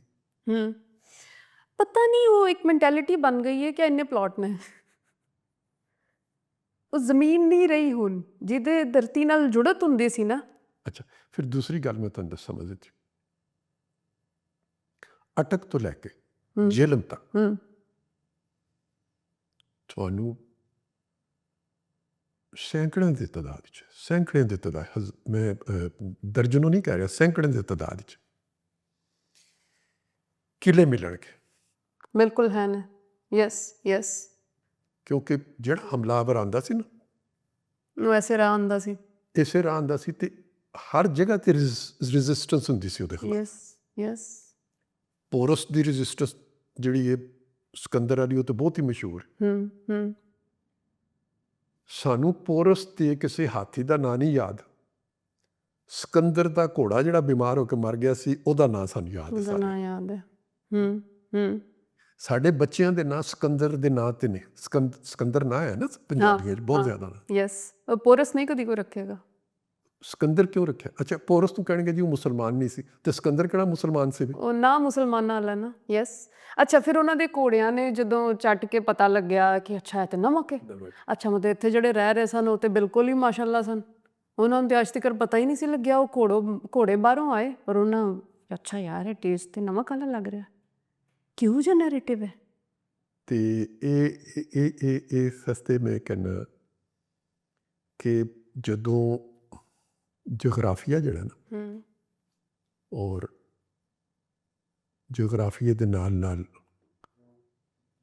ਮੌਸਮ, ਔਰ ਫਿਰ ਉਸ ਮੌਸਮ ਦੇ ਨਤੀਜੇ 'ਚ ਪੈਦਾ ਹੋਣ ਵਾਲੇ ਦਰਖਤ ਤੇ ਫੁੱਲ ਤੇ ਬੂਟੇ, ਫਲ ਤੇ ਖਾਣ ਪੀਣ ਦੀਆਂ ਗ਼ਜ਼ਾਵਾਂ ਸਾਰੀਆਂ ਮਿਲ ਕੇ ਨਾ ਇਨਸਾਨ ਦੀ ਨਫਸੀਆਤ ਬਣਾਉਂਦੇ ਨੇ ਔਰ ਉਹਦੀ ਤਸ਼ਕੀਲ ਕਰਦੇ ਨੇ ਬੰਦੇ ਦੀ। ਤੁਸੀਂ ਜਦੋਂ ਇਹਨਾਂ ਸਾਰਿਆਂ ਨਾਲ ਆਪਣਾ ਰਿਸ਼ਤਾ ਹੀ ਤੋੜ ਦਿੰਦੇ ਹੋ ਨਾ, ਅੱਛਾ ਜ਼ੁਬਾਨ ਵੀ ਤਾਂ ਇਸੇ ਤਰ੍ਹਾਂ ਹੀ ਤਸ਼ਕੀਲ ਇਸੇ ਪਾਉਂਦੀ ਤਰ੍ਹਾਂ ਹੀ ਹੈ ਜ਼ੁਬਾਨ ਹੀ। ਇਹ ਕੋਈ ਜ਼ਬਾਨਾਂ ਅਲਹਾਮੀ ਤਾਂ ਨਹੀਂ ਹੁੰਦੀਆਂ ਨਾ ਕਿ ਉੱਤੋਂ ਥੱਲੇ ਉਤਰੀਆਂ ਹੋਣ, ਇਹ ਤੇ ਜਨਮ ਲੈਂਦੀਆਂ ਨੇ ਨਾ, ਔਰ ਉਸ ਜਨਮ ਲੈਣ 'ਚ ਇਹ ਆਵਾਜ਼ਾਂ ਜਿਹੜੀਆਂ ਨੇ, ਆਵਾਜ਼ਾਂ ਤੋਂ ਹੀ ਲਫ਼ਜ਼ ਫਿਰ ਬਣਿਆ ਨਾ। ਤੇ ਆਵਾਜ਼ਾਂ ਜਿਹੜੀਆਂ ਨੇ ਉਹ ਵੀ ਤੇ ਉਸ ਜਗਰਾਫੀਏ ਦੀ, ਉਸ ਜਗਰਾਫੀਏ ਦੇ ਅੰਦਰ ਪਾਣੀ ਜਿਹੜਾ ਵਗ ਰਿਹਾ ਉਹਦੀਆਂ ਆਵਾਜ਼ਾਂ, ਜਿਹੜੇ ਹਵਾਵਾਂ ਦੀਆਂ ਆਵਾਜ਼ਾਂ ਨੇ, ਪੱਤਿਆਂ ਦੇ ਨਾਲ ਟਕਰਾਓ ਦੀਆਂ ਆਵਾਜ਼ਾਂ ਨੇ, ਉਸ ਜਗ੍ਹਾ ਦੇ ਜਾਨਵਰਾਂ ਦੀਆਂ ਜਿਹੜੀਆਂ ਆਵਾਜ਼ਾਂ ਨੇ, ਉਸੇ ਤਰ੍ਹਾਂ ਦੀਆਂ ਆਵਾਜ਼ਾਂ ਤੋਂ ਹੀ ਇਨਸਾਨ ਆਪਣਾ ਮਤਲਬ ਪਹਿਲੇ ਬਿਆਨ ਕਰਦਾ ਹੈ, ਫਿਰ ਉਸੇ ਤੋਂ ਲਫ਼ਜ਼ ਤਰਤੀਬ ਦੇਣੇ ਸ਼ੁਰੂ ਹੁੰਦੇ ਨੇ। ਇਸੇ ਤਰ੍ਹਾਂ ਜ਼ੁਬਾਨ ਤਸ਼ਕੀਲ ਪਾ ਤੇ ਇਹਨਾਂ ਸਾਰੀਆਂ ਨਾਲ ਜਦੋਂ ਤੁਸੀਂ ਰਿਸ਼ਤੇ ਹੀ ਤੋੜ ਲਵੋ, ਫਿਰ ਕੀ ਬਚੇਗਾ ਪਿੱਛੇ? ਤੇ ਪਿੱਛੇ ਫਿਰ ਕੁਝ ਵੀ ਨਹੀਂ ਬਚਦਾ ਤੁਹਾਡੇ ਕੋਲ। ਤੇ ਅਸੀਂ ਉਹ ਸਾਰੇ ਰਿਸ਼ਤੇ ਤੋੜ ਦਿੱਤੇ ਨੇ। ਅਸੀਂ ਆਪਣੇ ਜਗਰਾਫੀਏ ਨਾਲ ਵੀ ਰਿਸ਼ਤਾ ਤੋੜਿਆ। ਸਾਡਾ ਜਗਰਾਫੀਏ ਨਾਲ ਕੋਈ ਰਿਸ਼ਤਾ ਨਹੀਂ। ਅਗਰ ਸਾਡਾ ਜਗਰਾਫੀਏ ਨਾਲ ਰਿਸ਼ਤਾ ਹੋਵੇ ਤੇ ਸਾਡੇ ਬੱਚਿਆਂ ਨੂੰ ਸਾਡੀਆਂ ਇਹਨਾਂ ਸਾਰੀਆਂ ਜਗ੍ਹਾ ਦੇ ਨਾਂ ਪਤਾ ਹੋਣ। ਨਹੀਂ ਪਤਾ। ਸਾਡਾ ਤਾਂ ਇਹ ਨਹੀਂ ਪਤਾ ਕਿ ਪੰਜਾਬ ਤੇ ਖੈਰ ਛੱਡ ਦਿਓ, ਬੱਚੇ ਪੜ੍ਹਦੇ ਨੇ ਨਾ ਕਿਹੜਾ ਸੂਬਾ ਹੈ ਔਰ ਫਿਰ ਉਹਦਾ ਕੈਪੀਟਲ ਕਿਹੜਾ ਹੈ। ਅਤੇ ਉਹ ਕੋਈ ਕੁੜੀ ਫੋਨ ਕਰੇਗੀ ਕਿ ਯਾਰ ਉਹ ਪਸ਼ਾਵਰ ਤੇ ਉਹਨੂੰ ਮਿਕਸ ਕਰ ਦੇਗੀ ਕੋਇਟਾ ਨਾਲ। ਕਿਸੇ ਈਵੈਂਟ 'ਤੇ ਬੁਲਾਉਣਾ ਹੋਏਗਾ ਅਤੇ ਉਹ ਬੁਲਾਉਣਾ ਕੋਇਟਾ 'ਚ ਕਹਿ ਪਸ਼ਾਵਰ ਰਹੀ ਹੈ। ਇਸ ਤਰ੍ਹਾਂ ਕਰਕੇ ਉਹ ਬੱਚਾ, ਤੈਨੂੰ ਪਤਾ ਪਸ਼ਾਵਰ ਹੈ ਕਿੱਥੇ ਵੇ? ਉਹ KPK ਵਿੱਚ, ਖੈਬਰ ਪਖਤੂਨਖਵਾ ਔਰ ਉਹ ਬਲੋਚਿਸਤਾਨ ਵਿੱਚ। ਉਹ ਅੱਛਾ ਇਹ ਹਾਲਾਤ ਨੇ ਜੋਗਰਾਫੀਆ ਦੇ। ਅੱਛਾ, ਪਹਿਲੇ ਜੋਗਰਾਫੀਆ ਪੜ੍ਹਾਇਆ ਜਾਂਦਾ ਸੀ ਸਿਲੇਬਸ 'ਚ ਜੀ, ਹੁਣ ਹੈ ਹੀ ਨਹੀਂ। ਤਾਰੀਖ ਪੜ੍ਹਾਈ ਜਾਂਦੀ ਸੀ, ਹੁਣ ਨਹੀਂ ਹੈ। ਹੁਣ ਸਿਰਫ ਇੱਕ ਮੁਤਾਲਿਆ ਪਾਕਿਸਤਾਨ ਹੈ। ਔਰ ਮੁਤਾਲਿਆ ਪਾਕਿਸਤਾਨ ਦੇ ਨਾਂ 'ਤੇ ਜੋ ਕੁਝ ਅਸੀਂ ਪੜ੍ਹਾਉਂਦੇ ਹਾਂ, ਉਹ ਜਿਹੜੇ ਪੜ੍ਹਾਉਣ ਵਾਲੇ ਨੇ ਉਹ ਵੀ ਉਹਨੂੰ ਲਤੀਫਾ ਹੀ ਸਮਝਦੇ ਨੇ। ਪੜ੍ਹਾਉਣਾ ਤਾਂ ਉਹਨਾਂ ਨੇ ਹੁੰਦਾ ਹੀ ਹੈ, ਲੇਕਿਨ ਉਹਨੂੰ ਲਤੀਫਾ ਹੀ ਸਮਝਦੇ ਨੇ, ਕਿਉਂਕਿ ਉਹ ਇਤਨੀਆਂ ਬੇਬੁਨਿਆਦ ਕਿਸਮ ਦੀਆਂ ਸਾਰੀਆਂ ਗੱਲਾਂ ਨੇ ਔਰ ਤਾਰੀਖੀ ਹਕਾਇਕ ਤੋਂ ਇਤਨੀਆਂ ਉਹ ਦੂਰ ਨੇ। ਹੈ ਹੀ ਨਹੀਂ। ਬਲਕਿ ਖੁਦ ਮੁਤਾਲਿਆ ਪਾਕਿਸਤਾਨ ਦਾ ਨਿਸਾਬ ਜਿਨ੍ਹਾਂ ਨੇ ਤਰਤੀਬ ਦਿੱਤਾ ਨਾ, ਅੱਜ ਉਹ ਜਦੋਂ ਗੱਲ ਕਰਦੇ ਨੇ ਤੇ ਹਾਸਾ ਉਹਨਾਂ ਦਾ ਵੀ ਨਿਕਲ ਜਾਂਦਾ, ਖੁਦ ਹਾਸਾ ਨਿਕਲ ਜਾਂਦਾ ਉਹਨਾਂ ਦਾ। ਲੇਕਿਨ ਇਹ ਕਦੀ ਬਦਲੇਗਾ? ਕਦੀ ਕਿਤਾਬ ਬਦਲੇਗੀ ਸਾਡੀ? ਤੁਹਾਨੂੰ ਲੱਗਦਾ ਹੈ? ਕਿਤਾਬ ਨੇ ਸਾਨੂੰ ਬਦਲ ਦਿੱਤਾ ਹੈ। ਹਾਂ, ਇਹ ਤੇ ਹੋ ਗਿਆ, ਹੋ ਗਿਆ ਨਾ। ਇਹ ਤੇ ਹੋ ਗਿਆ। ਹੁਣ ਅਸੀਂ ਕਿਤਾਬ ਨੂੰ ਬਦਲਣਾ ਹੈ। ਮਨੂੰ ਤੇ ਹਾਲੀ ਦੂਰ ਦੂਰ ਤੱਕ ਨਜ਼ਰ ਨਹੀਂ ਆ ਰਿਹਾ। ਨਹੀਂ ਆ ਰਿਹਾ। ਅੱਛਾ, ਕਿਸੇ ਵੀ ਜ਼ਬਾਨ ਮੈਂ ਸਮਝਦੀ ਹਾਂ ਕਿ ਕਿਸੇ ਵੀ ਕਲਚਰ ਦਾ ਕੋਈ ਆਖਰੀ ਵਸੀਲਾ ਇਜ਼ਹਾਰ ਹੁੰਦਾ ਹੈ। ਹੋਰ ਬਹੁਤ ਸਾਰੇ ਨੇ, ਤੁਹਾਡੇ ਮੈਨਰਿਜ਼ਮ ਹੈ, ਤੁਹਾਡੀ ਵੈਲਿਊਜ਼ ਨੇ, ਤੁਹਾਡੀ ਰਵਾਇਤ ਨੇ, ਪਹਿਨਾਵਾ ਔਰ ਜ਼ੁਬਾਨ 'ਤੇ ਬਾਅਦ ਵਿੱਚ ਜਾ ਕੇ ਆਉਂਦੇ ਨੇ। ਔਰ ਇਹਦਾ ਇਜ਼ਹਾਰ ਅਮੂਮਨ ਸੁਸਾਇਟੀਜ਼ ਜਿਹੜੀਆਂ ਨੇ ਉਹਨਾਂ 'ਚ ਜਾਂ ਦਾਨਿਸ਼ਵਰ ਹੁੰਦਾ ਜਾਂ ਫਿਰ ਸਿਆਸਤਦਾਨ ਹੁੰਦਾ। ਅਗਰ ਅਸੀਂ ਦੇਖੀਏ ਪੰਜਾਬ ਪਾਰਲੀਮੈਂਟ ਨੂੰ, ਪੰਜਾਬ ਅਸੈਂਬਲੀ ਨੂੰ, ਉੱਥੇ ਜਿਹੋ ਜਿਹੀ ਗੁਫ਼ਤਗੂ ਹੁੰਦੀ ਹੈ ਕਿ ਇਹ ਪੰਜਾਬੀ ਸਪੀਚ ਕਿਉਂ ਕਰ ਰਿਹਾ ਹੈ, ਔਰ ਉਹ ਟਿਪੀਕਲ ਜਿਹੜੇ ਉਹ ਕਲੋਨੀਅਲ, ਮਤਲਬ ਉਹਨਾਂ ਨੂੰ ਮੈਂ ਕੀ ਆਖਾਂ। ਮੈਂ ਕੱਲ੍ਹ ਇੱਕ ਆਰਟੀਕਲ ਲਿਖਿਆ ਤੇ ਉਹਦੇ 'ਚ ਮੈਂ ਲਫ਼ਜ਼ ਇਸਤੇਮਾਲ ਕੀਤਾ ਕਲੋਨੀਅਲ ਜੂਠਨ। ਅਸੀਂ ਪੰਜਾਬੀ ਨੂੰ ਸਿਰਫ 2 ਮੌਕਿਆਂ 'ਤੇ ਇਸਤੇਮਾਲ ਕਰਨੇ,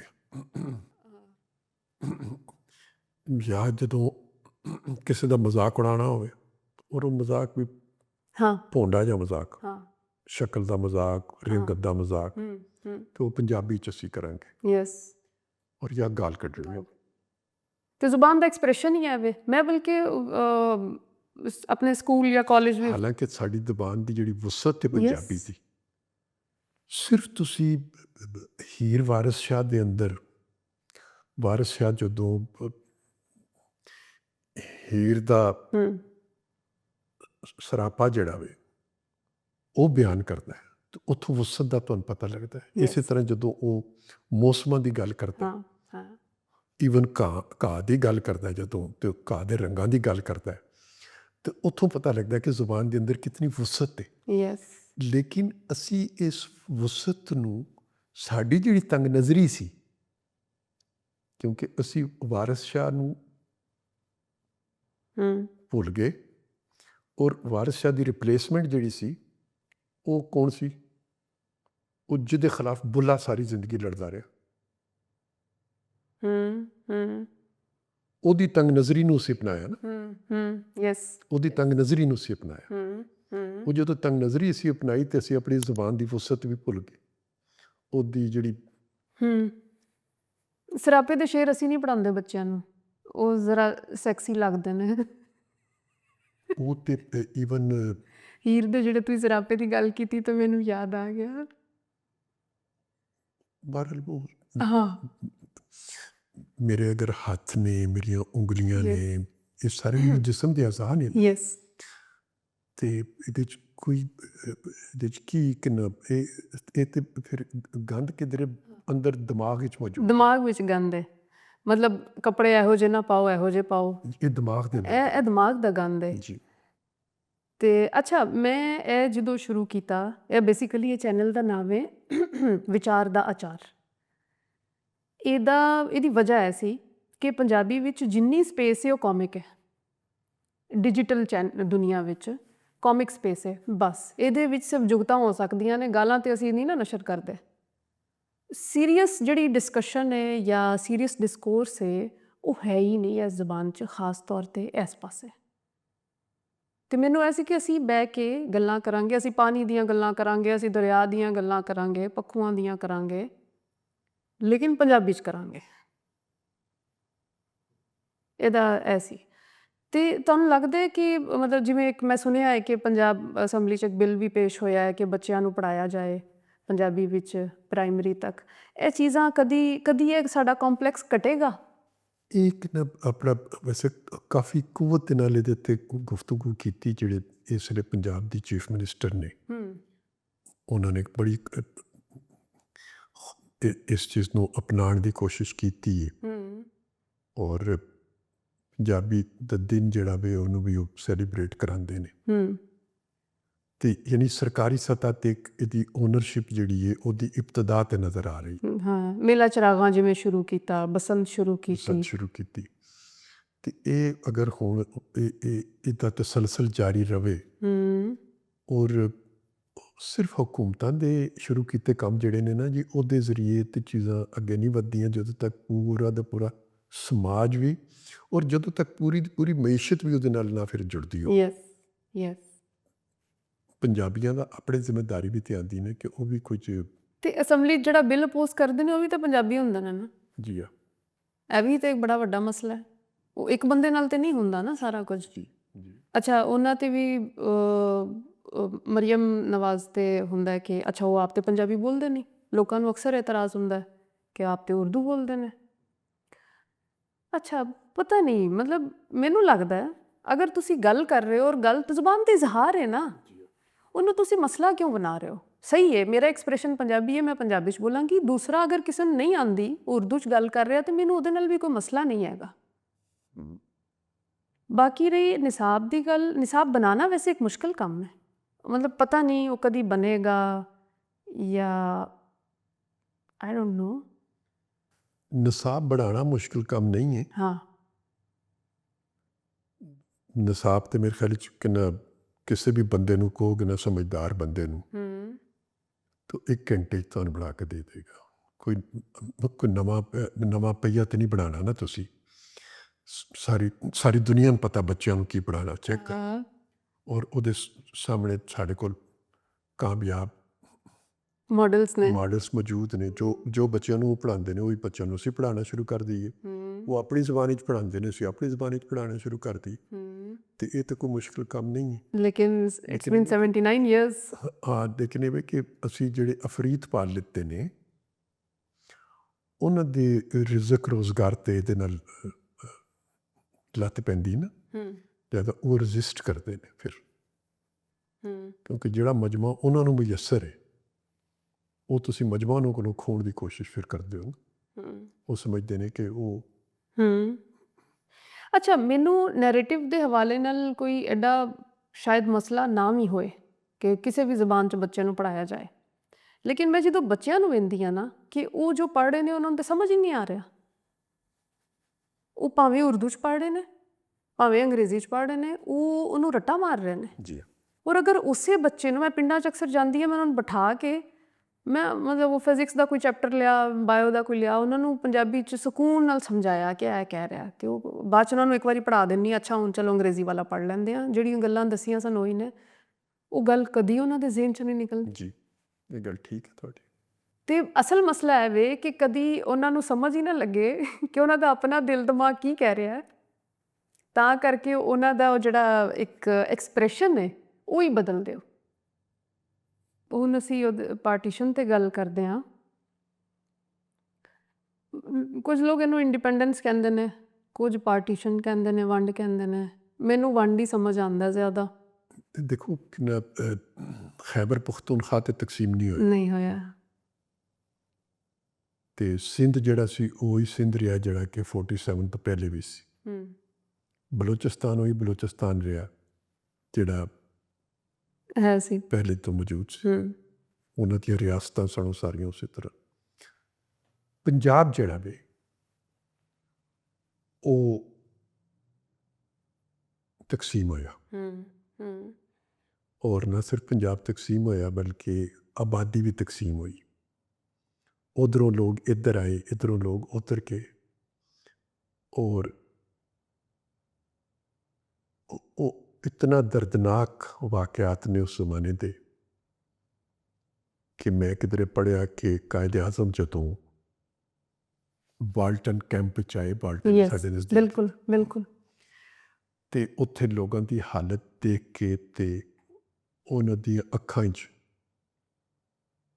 ਅਥਰੂ ਸਨ ਔਰ ਰੰਗਤ ਉਹਨਾਂ ਦੀ ਪੀਲੀ ਪੈ ਗਈ। ਇਹ ਮੈਂ ਪੜ੍ਹਿਆ ਔਰ ਐਸਾ ਹੀ ਮੈਂ ਵੀ ਪੜ੍ਹਿਆ। ਇਹਦੀ ਤਰਦੀਦ ਨਹੀਂ ਮੈਂ ਕਦੀ ਸੁਣੀ ਕਿਸੇ। ਅਤੇ ਫਿਰ ਅੰਮ੍ਰਿਤਾ ਪ੍ਰੀਤਮ ਦੀ ਨਜ਼ਮ ਅੱਜ ਅੱਖਾਂ ਮਾਰਸ਼, ਦੋਨੋਂ ਪਾਸੇ ਲੋਕਾਂ ਨੂੰ ਅੱਜ ਵੀ ਯਾਦ ਹੈ। ਯੈਸ, ਜ਼ਾਹਿਰ ਹੈ ਕਿ ਉਹ ਹਕੀਕਤ ਦੇ ਕਰੀਬ ਹੈ ਅਤੇ ਲੋਕਾਂ ਨੂੰ ਯਾਦ ਹੈ। ਮਾਵਾਂ ਭੈਣਾਂ ਸਾਨੂੰ ਬਜ਼ੁਰਗ ਕਿੱਸੇ ਸੁਣਾਉਂਦੇ ਨੇ ਉਸ ਜ਼ਮਾਨੇ ਦੇ, ਅੱਜ ਤੱਕ ਸੁਣਾਉਂਦੇ ਨੇ। ਬਿਲਕੁਲ, ਉਧਰਲੇ ਪਾਸੇ ਵਾਲੇ ਵੀ ਸੁਣਾਉਂਦੇ ਨੇ, ਇੱਧਰਲੇ ਪਾਸੇ ਵਾਲੇ ਵੀ ਸੁਣਾਉਂਦੇ ਨੇ। ਅੱਛਾ, ਜਦੋਂ ਆਬਾਦੀਆਂ ਨਕਲ ਮਕਾਨੀ ਕਰਦੀਆਂ ਨੇ ਨਾ, ਆਬਾਦੀਆਂ ਜਦੋਂ ਨਕਲ ਮਕਾਨੀ ਕਰਦੀਆਂ ਨੇ ਇੱਕ ਪਾਸਿਓਂ ਦੂਸਰੇ ਪਾਸੇ ਚਲੇ ਜਾਏ ਤੇ ਉਹ ਆਪਣੇ ਨਾਲ ਇਲਮ ਵੀ ਲੈ ਜਾਂਦੀਆਂ ਨੇ। ਔਰ ਇਲਮ ਸਿਰਫ ਬਹੁਤ ਮੈਂ ਅੱਛਾ। ਇਲਮ ਮੈਂ ਇਸ ਇਲਮ ਦੀ ਗੱਲ ਨਹੀਂ ਕਰ ਰਿਹਾ ਜਿਹੜਾ ਸਾਨੂੰ ਸਕੂਲਾਂ ਕਾਲਜਾਂ ਨਹੀਂ, 'ਚ ਜਾਂ ਉਹ ਪ੍ਰੋਫੈਸ਼ਨਲੀ ਇੱਕ ਸੁਸਾਇਟੀ ਦਾ ਮੁਸ਼ਤਰਕਾ ਹੁੰਦਾ ਹੈ। ਮੁਸ਼ਤਰਕਾ ਜਿਹੜਾ Yes, ਕਿ ਸਦੀਆਂ ਦਾ yes, ਇਲਮ yes, ਹੁੰਦਾ ਤੁਹਾਡਾ। ਕਿਹੜੇ ਮੌਸਮ ਵਿੱਚ ਕੀ ਖਾਣਾ ਹੈ, ਬਿਲਕੁਲ ਸਹੀ। ਕਿਹੜੇ ਕੱਪੜੇ ਪਾਣੇ ਨੇ, ਯੈਸ। ਕਿਹੜੇ ਪਕਵਾਨ ਪਕਣੇ ਨੇ। ਹੂੰ। ਉਹ ਆਬਾਦੀ ਅਗਰ ਇੱਧਰੋਂ ਉੱਧਰ ਚਲੀ ਗਈ ਤਾਂ ਉੱਧਰ ਵਾਲੇ ਜਿਹੜੇ ਨੇ ਉਹਨਾਂ ਨੂੰ ਇੱਥੇ ਦੇ ਨਵੇਂ ਮੌਸਮਾਂ ਨਾਲ ਵਾਸਤਾ ਪਿਆ, ਉਹ ਅਜਨਬੀਅਤ ਉਹਨਾਂ ਦੀ। ਅਤੇ ਜਿਹੜੇ ਇੱਧਰੋਂ ਉੱਧਰ ਚਲੇ ਗਏ ਵਿਚਾਰੇ, ਉਹਨਾਂ ਦੀ ਮਹਿਰੂਮੀ ਆਪਣੀ ਜਗ੍ਹਾ 'ਤੇ। ਅਤੇ ਅਸੀਂ ਤਾਂ ਪੂਰਾ ਦਾ ਪੂਰਾ ਇਲਮ ਜਿਹੜਾ ਸੀ ਉਹ ਇੱਕ ਤਾਂ ਹੁੰਦਾ ਨਾ ਤਕਸੀਮ ਹੋ ਜਾਣਾ, ਉਹ ਤਕਸੀਮ ਵੀ ਨਹੀਂ ਹੋਇਆ, ਉਹ ਮਾਈਗ੍ਰੇਟ ਕਰ ਗਿਆ। ਬਿਲਕੁਲ ਸਹੀ ਹੈ। ਲਿਹਾਜ਼ਾ ਸਾਡੇ ਉਹ ਤਸਲਸਲ ਜਿਹੜਾ ਇੱਕ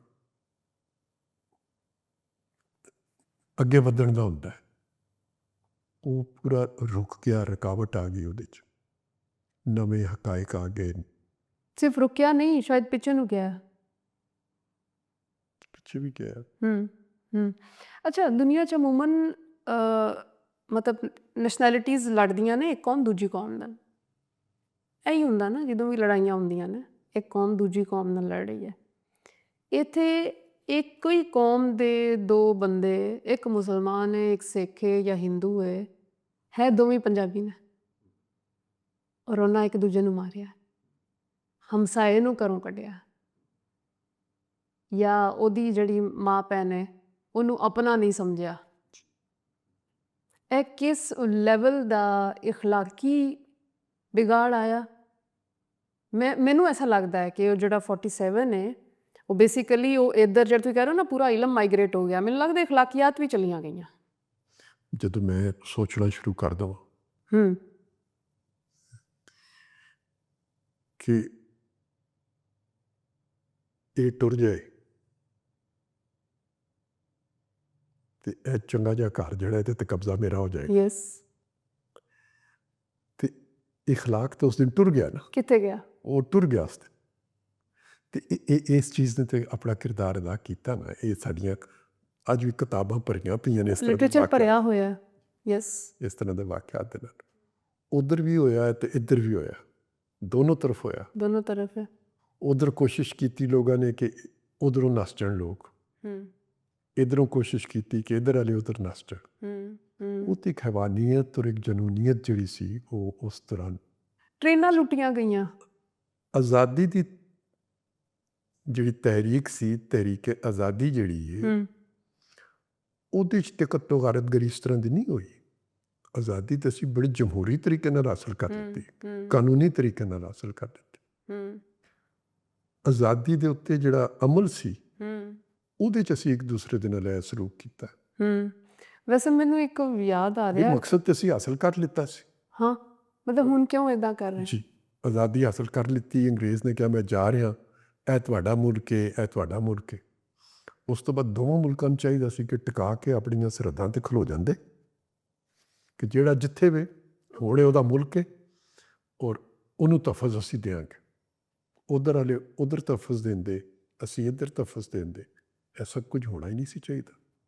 ਹਾਂ, ਲੇਕਿਨ ਉਹ ਜਿਹੜਾ ਸੀ ਕਿ ਦੋ ਕੌਮੀ ਨਜ਼ਰੀਆ, ਉਹ ਅਲੱਗ ਕੌਮ ਹੈ ਤਾਂ ਇਹ ਅਲੱਗ ਕੌਮ ਹੈ, ਉਦੋਂ ਤੱਕ ਸੀ ਨਾ ਜਦੋਂ ਤੱਕ ਤੁਸੀਂ ਆਪਣੇ ਵਾਸਤੇ ਇੱਕ ਅਲੱਗਾ ਮੁਲਕ ਮੰਗਦੇ ਪਏ ਸੋ। ਮੁਲਕ ਲੈ ਲਿੱਤਾ ਨਾ ਤੁਸੀਂ। ਔਰ ਮੁਲਕ ਵੀ ਮਾਈਨੋਰਿਟੀਜ਼ ਵਾਸਤੇ ਲਿਆ ਸੀ ਨਾ, ਬੇਸਿਕਲੀ ਇਹ ਮੁਲਕ ਮਾਈਨੋਰਿਟੀਜ਼ ਵਾਸਤੇ। ਔਰ ਕਾਇਦੇ ਆਜ਼ਮ ਦੀ ਜਿਹੜੀ ਪਹਿਲੀ ਕੈਬਨਿਟ ਸੀ ਉਹਦੇ 'ਚ ਤੇ ਮਾਈਨੋਰਿਟੀ ਦੇ ਉਹ ਲੋਕ ਵੀ ਸਨ ਜਿਨ੍ਹਾਂ ਨੂੰ ਅਸੀਂ ਅੱਜ ਤਸਲੀਮ ਕਰਨੇ, ਔਰ ਉਹ ਵੀ ਲੋਕ ਸਨ ਜਿਨ੍ਹਾਂ ਨੂੰ ਅੱਜ ਅਸੀਂ ਜ਼ਿੰਦਾ ਰਹਿਣ ਦਾ ਹੱਕ ਵੀ ਨਹੀਂ ਦਿੰਦੇ। ਯੈਸ, ਬਲਕਿ ਅਗਰ ਤੁਸੀਂ ਪਾਕਿਸਤਾਨ ਬਲਕਿ ਆਜ਼ਾਦੀ ਦੀ ਮੂਵਮੈਂਟ ਨੂੰ ਖੋਲੋਗੇ ਤਾਂ ਮੁਸਲਮਾਨਾਂ ਦੇ ਨਾਂ ਕੱਢੋ ਤੇ ਅੱਧੇ ਤੇ ਵੀ ਨਿਕਲ ਜਾਣਗੇ ਫਿਰ। ਤਾਂ ਕਰਕੇ ਅਸੀਂ ਉਹਨਾਂ ਦੇ ਨਾਂ ਨਹੀਂ ਲੈਂਦੇ, ਬਲਕਿ ਅਸੀਂ ਜਿਹੜੇ ਕ੍ਰਿਕਟਰਸ, ਫੁੱਟਬਾਲਰ ਸਨ ਨਾ ਉਹ ਵੀ ਕੱਢ ਦਿੱਤੇ ਨੇ। ਉਹਨਾਂ ਦੇ ਨਿਸਾਬ 'ਚ ਉਹਨਾਂ ਦੀਆਂ ਫੋਟੋਆਂ ਵੀ ਚਲੀਆਂ ਗਈਆਂ ਨੇ। ਤੇ ਅੱਛਾ, ਕਦੀ ਐਸਾ ਹੋਏਗਾ ਕਿ ਰਿਆਸਤੀ ਸਤ੍ਹਾ ਤੇ ਇਹਦੇ ਤੇ ਗੱਲ ਸ਼ੁਰੂ ਹੋਏ ਕਿ ਅਸੀਂ ਇਹ ਕੀ ਕੀਤਾ ਸੀ, ਕੀ ਹੈਵਾਨੀਅਤ ਕੀਤੀ ਸੀ? ਦੇਖੋ, ਮੁਸਤਕਬਲ ਕਰੀਬ ਵਿੱਚ ਤਾਂ ਮੈਨੂੰ ਕੋਈ ਐਸੀ ਚੀਜ਼ ਨਜ਼ਰ ਨਹੀਂ ਆਉਂਦੀ ਪਈ, ਔਰ ਉਹਦੀ ਵਜ੍ਹਾ ਇਹ ਵੇ ਕਿ ਅੱਜ ਦੇ ਮਸਲੇ ਜਿਹੜੇ ਨੇ ਉਹ ਡੋਮੀਨੇਟ ਕਰਦੇ ਪਏ ਨੇ। ਔਰ ਅੱਜ ਦਾ ਜਿਹੜਾ ਸਾਡਾ ਸਭ ਤੋਂ ਵੱਡਾ ਮਸਲਾ, ਹੁਣ ਅੱਜ ਦੇ ਦਿਨ ਜਿਹੜਾ ਸਾਨੂੰ ਮਸਲਾ ਸਭ ਤੋਂ ਵੱਡਾ ਪੈ ਗਿਆ, ਉਹ ਤੇ ਸਾਡੀਆਂ ਸਰਹੱਦਾਂ ਦੇ ਉੱਤੇ ਜਿਹੜੀ ਲੜਾਈ ਹੁੰਦੀ ਪਈ ਹੈ, ਔਰ ਉਹਦੇ ਜਿਹੜੇ ਸਾਨੂੰ ਬੋਝ ਚੁੱਕਣੇ ਪੈ ਰਹੇ ਨੇ। ਹਰ ਪਾਸੇ ਤੇ ਕੁਝ ਨਾ ਕੁਝ ਚੱਲ ਰਿਹਾ। ਔਰ ਖਾਸ ਤੌਰ ਤੇ ਇਹ ਜਿਹੜੀ ਹੁਣ ਨਵੀਂ ਲੜਾਈ ਹੈ, ਇਹਦੇ ਵਿੱਚ ਜਿਹੜੀ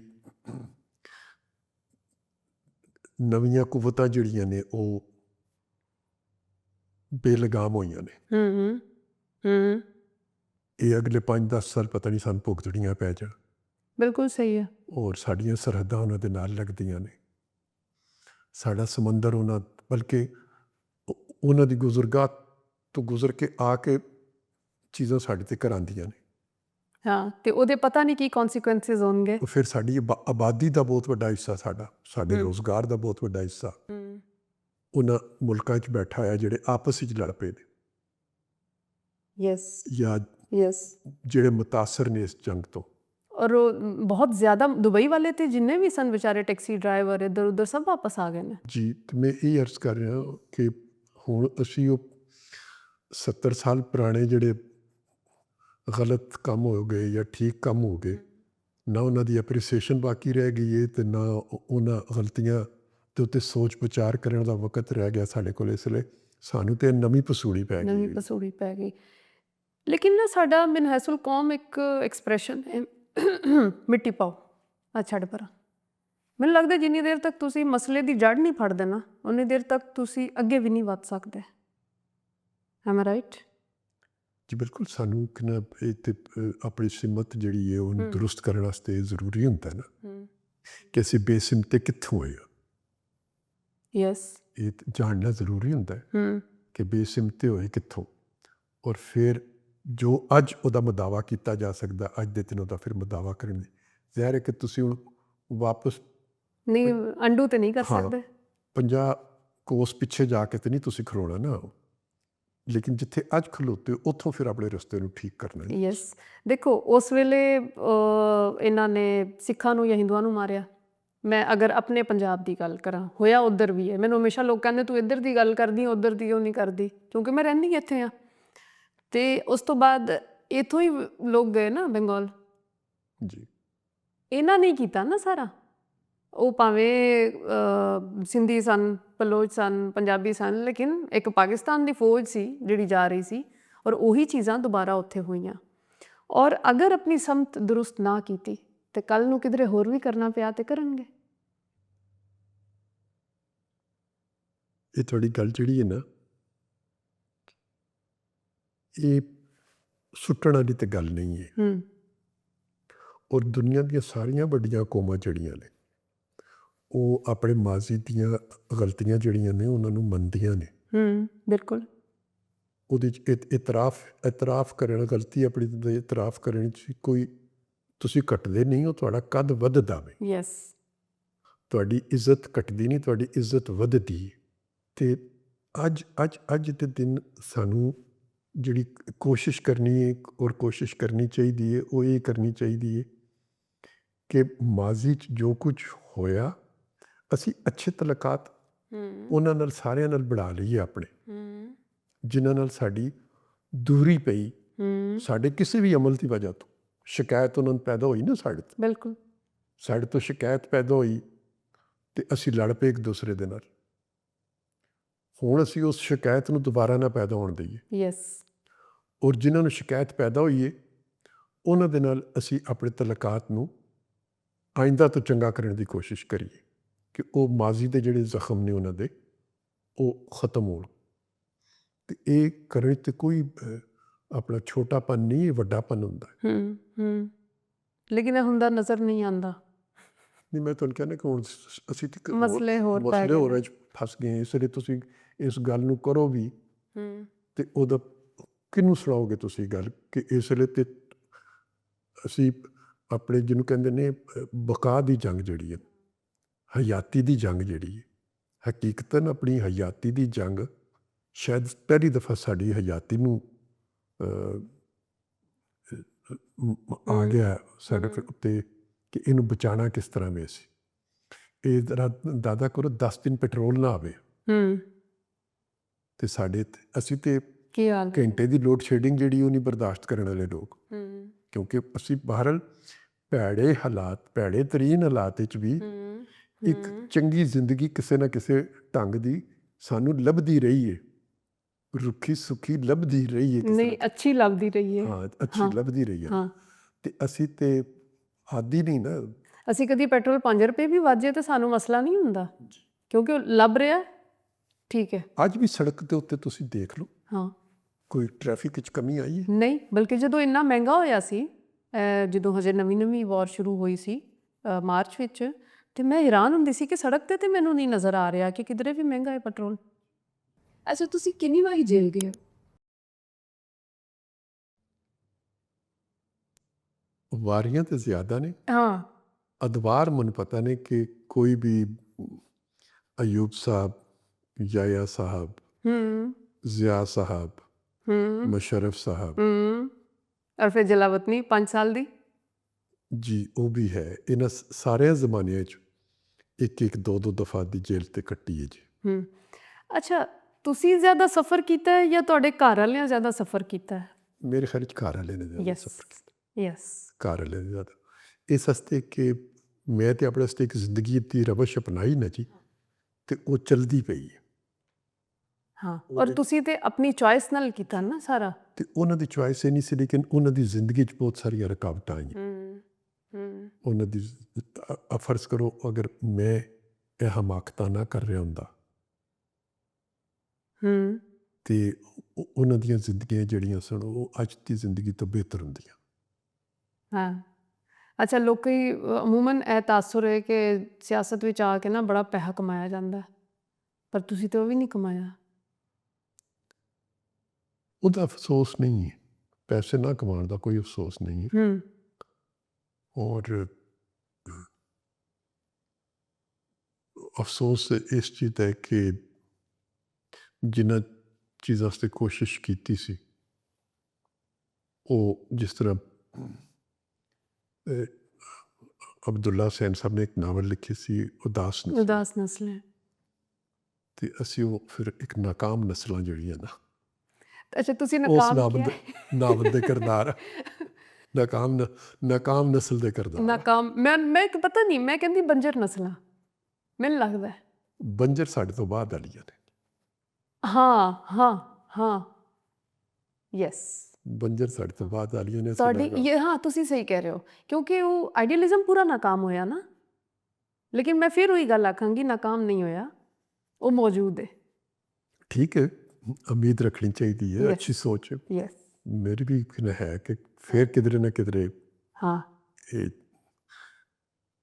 ਲੇਕਿਨ ਹੁਣ ਇਹ ਵੀ ਹੈ ਕਿ ਕਿੰਨਾ ਸ਼ਾਇਦ ਤਕਾਜ਼ੇ ਵੀ ਬਹੁਤ ਬਦਲ ਗਏ ਨੇ। ਅੱਜ ਦੇ ਜ਼ਮਾਨੇ ਦੇ ਤਕਾਜ਼ੇ, ਨਈ ਟੈਕਨੋਲੋਜੀ ਆ ਗਈ। ਹਾਂ ਜ਼ਮਾਨਾ ਹੀ ਬਿਲਕੁਲ ਹੀ ਉਹਦਾ, ਜਿਹੜੀ ਅੱਜ ਦੀ ਨਸਲ ਹੈ ਉਹਦੀਆਂ ਚੀਜ਼ਾਂ ਹੀ ਬਿਲਕੁਲ ਡਿਫਰੈਂਟ ਨੇ। ਅੱਛਾ ਮੈਨੂੰ ਲੱਗਦਾ ਸੀ ਕਿ ਹੁਣ ਇਹ ਨਸਲ ਕਦੀ ਵੀ ਸੜਕਾਂ 'ਤੇ ਨਿਕਲ ਕੇ ਤਜਾਜ ਨਹੀਂ ਕਰੇਗੀ, ਲੇਕਿਨ ਗਜ਼ਾ ਵਾਸਤੇ ਕੀਤਾ। ਕਿੱਥੇ? ਅਮਰੀਕਾ। ਮੈਂ ਪਾਕਿਸਤਾਨ ਦੀ ਗੱਲ ਕਰਾਂ। ਪਾਕਿਸਤਾਨ ਵਿੱਚ ਮੈਨੂੰ ਨਹੀਂ ਲੱਗਦਾ। ਉਹਦੀ ਵਜ੍ਹਾ ਹੈ ਕਿ ਦੇਖੋ ਇੰਡੀਆ ਦਾ ਜੰਤਰ ਮੰਤਰ ਤੁਸੀਂ ਆਈਡੀਅਲਾਈਜ਼ ਤਾਂ ਕਰ ਸਕਦੇ ਹੋ ਕਿ ਯਾਰ ਉੱਥੇ ਕਿਵੇਂ ਬੱਚੇ ਬਾਹਰ ਨਿਕਲੇ। ਇਹਦੇ ਹਾਲਾਤ ਉਹਦੇ ਹਾਲਾਤ ਨਹੀਂ ਨੇ। ਅਸੀਂ ਜਦੋਂ ਕਾਲਜ ਵਿੱਚ ਪੜ੍ਹਨੇ ਸਨ, ਹਾਂ, ਤੇ ਉਦੋਂ ਯਾਸਰ ਅਰਫਾਤ ਸਾਹਿਬ ਦੀ ਜਿਹੜੀ ਤਨਜ਼ੀਮ ਸੀ ਉਹ ਨਵੀਂ ਜਨਮ ਲੈ ਰਹੀ ਸੀ। ਯੈਸ। ਤੇ ਫਲਸਤੀਨੀ ਲੜਕੇ ਜਿਹੜੇ ਨੇ ਉਹ ਪਾਕਿਸਤਾਨ ਦੀਆਂ ਬਹੁਤ ਸਾਰੀਆਂ ਯੂਨੀਵਰਸਿਟੀਆਂ 'ਚ ਵੀ ਪੜ੍ਹਦੇ ਹੁੰਦੇ ਸਨ, ਤੇ ਉਹ ਜ਼ਿਆਦਾ ਯਾਸਰ ਸਾਹਿਬ ਦੀ ਤਨਜ਼ੀਮ ਦੇ ਨਾਲ ਵਾਬਸਤਾ ਸਨ। ਤੇ ਸਾਡੀ ਉਹਨਾਂ ਸਾਰਿਆਂ ਨਾਲ ਦੋਸਤੀਆਂ ਹੁੰਦੀਆਂ ਸਨ। ਮੈਨੂੰ ਯਾਦ ਹੈ ਇੱਕ ਇਸਮਾਈਲ ਬਸ਼ਾਰਾ ਨਾਮ ਦੇ ਲੜਕਾ ਸੀ, ਉਹ ਸਾਡਾ ਬਿਹਤਰੀਨ ਦੋਸਤ ਹੁੰਦਾ ਸੀ। ਔਰ ਫਲਸਤੀਨ ਵਾਸਤੇ ਤਕਰੀਬਾਤ, ਇਜਤਮਾ ਹੋਣੇ, ਮੁਜ਼ਾਹਰੇ ਹੋਣੇ, ਉਹਦੇ 'ਚ ਕਾਲਜ ਦੇ ਮੁੰਡੇ ਕੁੜੀਆਂ ਸਾਰੇ ਬੜੇ ਜੋਸ਼ੋ ਖਰੋਸ਼ ਨਾਲ ਹਿੱਸਾ ਲੈਂਦੇ ਹੁੰਦੇ ਸੀ। ਜਾਂਦੇ ਸਨ। ਕਰਾਚੀ 'ਚ ਕੋਈ ਵਾਕਿਆ ਹੋ ਜਾਂਦਾ ਸੀ ਤੇ ਪੂਰੇ ਪਾਕਿਸਤਾਨ ਵਿੱਚ ਉਹਦੇ 'ਤੇ ਰੱਦੇ ਅਮਲ ਆਉਂਦਾ ਸੀ। ਪਿਸ਼ਾਵਰ ਵਿੱਚ ਕੋਈ ਵਾਕਿਆ ਹੋ ਗਿਆ ਤੇ ਕਰਾਚੀ ਤੱਕ ਰੱਦੇ ਅਮਲ ਹੁੰਦਾ ਸੀ। ਬਿਲਕੁਲ ਹੁੰਦਾ ਸੀ। ਹੁਣ ਕਰਾਚੀ 'ਚ ਕੁਝ ਹੋ ਜਾਏ ਤੇ ਲਾਹੌਰ ਵਾਲਿਆਂ ਨੂੰ ਪਤਾ ਨਹੀਂ ਹੁੰਦਾ, ਹੈਦਰਾਬਾਦ ਵਾਲਿਆਂ ਨੂੰ ਨਹੀਂ ਪਤਾ ਹੁੰਦਾ ਕਿ ਹੈਦਰਾਬਾਦ ਵਿੱਚ ਹੋ ਜਾਏ ਤੇ ਸੱਖਰ ਵਾਲਿਆਂ ਨੂੰ ਨਹੀਂ ਪਤਾ ਹੁੰਦਾ। ਬਲਕਿ ਹੁਣ ਪਤਾ ਕੀ ਹੋ ਗਿਆ, ਹੁਣ ਕਰਾਚੀ 'ਚ ਕੁਝ ਹੋਈਏ ਤੇ ਲਾਹੌਰ ਵਾਲੇ ਗਾਲਾਂ ਕੱਢਦੇ ਨੇ ਕਿ ਇਹ ਕਿਹੋ ਜਿਹਾ ਕਰਾਚੀ ਤੁਸੀਂ ਚਲਾ ਰਹੇ ਹੋ, ਸਾਨੂੰ ਦੇ ਦਿਓ, ਅਸੀਂ ਚਲਾ ਕੇ ਵਿਖਾਉਂਦੇ ਹਾਂ। ਅਗਰ ਲਾਹੌਰ 'ਚ ਕੁਝ ਹੋਈਏ ਤੇ ਕਰਾਚੀ ਵਾਲੇ ਕਹਿੰਦੇ ਨੇ ਤੁਹਾਡੇ ਕੋਲ ਆਪਣਾ ਆਪ ਨਹੀਂ ਸਾਂਭਿਆ ਜਾ ਰਿਹਾ। ਹਾਂ, ਹੁਣ ਇਹ ਸ਼ੁਰੂ ਹੋ ਗਿਆ। ਉਹ ਦਾਵਾ ਜਿਹੜਾ ਅੰਗਰੇਜ਼ ਕਰਦਾ ਸੀ, ਜਿਹਨੂੰ ਵਾਈਟ ਮੈਨ ਬਰਡਨ ਕਹਿੰਦਾ ਸੀ ਕਿ ਮੈਂ ਦੁਨੀਆ ਨੂੰ ਚੱਲ ਕੇ ਠੀਕ ਕਰਕੇ ਆਉਣਾ ਹੈ, ਤੇ ਉਹਦੇ ਪਿੱਛੇ ਤੇ ਉਹਦੀ ਕਿੰਨਾ ਟੈਕਨੋਲੋਜੀ 'ਚ ਬਰਤਰੀ ਸੀ, ਇਲਮ ਵਿੱਚ ਬਰਤਰੀ ਸੀ, ਫਲਸਫੇ 'ਚ ਬਰਤਰੀ ਸੀ, ਯੈਸ। ਜਿਸ ਬੁਨਿਆਦ ਤੇ ਉਹ ਇਹ ਦਾਵਾ ਕਰਦਾ ਸੀ। ਸਾਡੇ ਕੋਲ ਕਿਹੜੀ ਚੀਜ਼ ਹੈ ਜਿਹਦੀ ਬੁਨਿਆਦ ਤੇ ਅਸੀਂ ਦਾਵਾ ਕਰੀਏ ਕਿ ਉਹ ਅਸੀਂ ਆਪਣੇ ਆਪ ਨੂੰ ਤੇ ਸਾਂਭ ਨਹੀਂ ਸਕੇ। 4 ਦਿਨ 5 ਦਿਨ 6 ਦਿਨ ਪਾਣੀ ਜਿਹੜਾ ਉਹ ਮੁਸਲਸਲ ਆਉਣਾ ਸ਼ੁਰੂ ਹੋ ਜਾਏ ਤੇ ਪਿੰਡਾਂ ਦੇ ਪਿੰਡ ਸਾਡੇ ਡੁੱਬ ਜਾਂਦੇ ਨੇ ਹੈ, ਤੇ ਉਹਨਾਂ ਨੂੰ ਤੇ ਅਸੀਂ ਬਚਾ ਨਹੀਂ ਸਕੇ ਅੱਜ ਤੱਕ। ਜ਼ਮੀਨ ਸਾਡੀ ਜਿਹੜੀ ਹੈ ਉਹਦੀ ਪੈਦਾਵਾਰੀ ਸਲਾਹੀਅਤ ਘਟਦੀ ਚਲੀ ਜਾ ਰਹੀ ਹੈ। ਸਾਡਾ ਬੰਦਾ ਜਿਹੜਾ ਵੇ ਉਹ ਬੈਨ ਅਲ-ਅਕਵਾਮੀ ਮਾਰਕੀਟ ਵਿੱਚ ਮਿਹਨਤ ਕਰਨ ਵਾਲਾ ਬੰਦਾ ਜਿਹੜਾ, ਉਹਦੇ ਮੁਕਾਬਲੇ ਤੇ ਉਹਦੀ ਉਜਰਤ ਸਭ ਤੋਂ ਘੱਟ ਹੈ। ਬਿਲਕੁਲ। ਇਹਦਾ ਮਤਲਬ ਹੈ ਕਿ ਅਸੀਂ ਆਪਣੇ ਬੰਦੇ ਦੀ ਤਰਬੀਅਤ ਉਹ ਨਹੀਂ ਕਰ ਸਕੇ ਨਾ, ਵੈਲਿਊ ਐਡ ਨਹੀਂ ਕਰ ਸਕੇ ਉਹਦੀਆਂ ਸਲਾਹੀਅਤਾਂ 'ਚ ਕਿ ਉਹ ਉਤਨੀ ਉਜਰਤ ਲਵੇ ਜਿਤਨੀ ਉਜਰਤ ਇੱਕ ਫਿਲੀਪੀਨ ਦੀ ਲੇਬਰ ਲੈਂਦੀ ਪਈ। ਅਸੀਂ ਤਾਂ ਉਹਦੇ ਮੁਕਾਬਲਾ ਨਹੀਂ ਕਰ ਰਹੇ। ਉਹਦੀ ਉਜਰਤ ਜ਼ਿਆਦਾ ਵੇ ਸਾਡੇ ਬੰਦੇ ਦੀ। ਔਰ ਤਾਂ ਕਰਕੇ ਜਿਹਨੂੰ ਕੰਮ ਆਉਂਦਾ ਉਹ ਕੰਮ ਨਹੀਂ ਕਰਦਾ। ਔਰ ਦਾਵਾ ਅਸੀਂ ਕਰਨੇ ਆ ਕਿ ਅਸੀਂ ਤੈਨੂੰ ਵੀ ਚਲਾ ਦਾਂਗੇ ਤੇ ਤੈਨੂੰ ਵੀ ਚਲਾ ਲਾਂਗੇ ਤੇ ਤੈਨੂੰ ਵੀ ਠੀਕ ਕਰਾਂਗੇ ਤੇ ਕਮਾਲ ਹੈ। ਤੇ ਇਹ ਐਵੇਂ ਆਪਣਾ ਹਾਸਾ ਹੀ ਅਸੀਂ ਉਡਾਉਣਾ। ਤੁਹਾਨੂੰ ਲੱਗਦਾ ਕਦੀ ਕਦੀ ਕਿ ਤੁਸੀਂ ਕੋਈ ਕਾਮਿਕ ਦੇਖ ਰਹੇ ਹੋ? ਕਾਮਿਕ ਹੀ ਹੈ। ਹਾਂ ਨਾ। Tragic comic. ਹਾਂ। ਮੈਂ ਇੱਕ ਤੁਹਾਨੂੰ ਗੱਲ ਸੁਣਾਉਂਦੀ ਹਾਂ, ਫਿਰ ਇਹਨੂੰ ਗੁਫ਼ਤਗੂ ਨੂੰ ਮੁਕਾਉਂਦੇ ਹਾਂ। ਵਰੁਣ ਗਰੋਵਰ ਇੱਕ ਸਟੈਂਡ ਅਪ ਕਮੇਡੀਅਨ ਹੈ ਇੰਡੀਆ ਦਾ।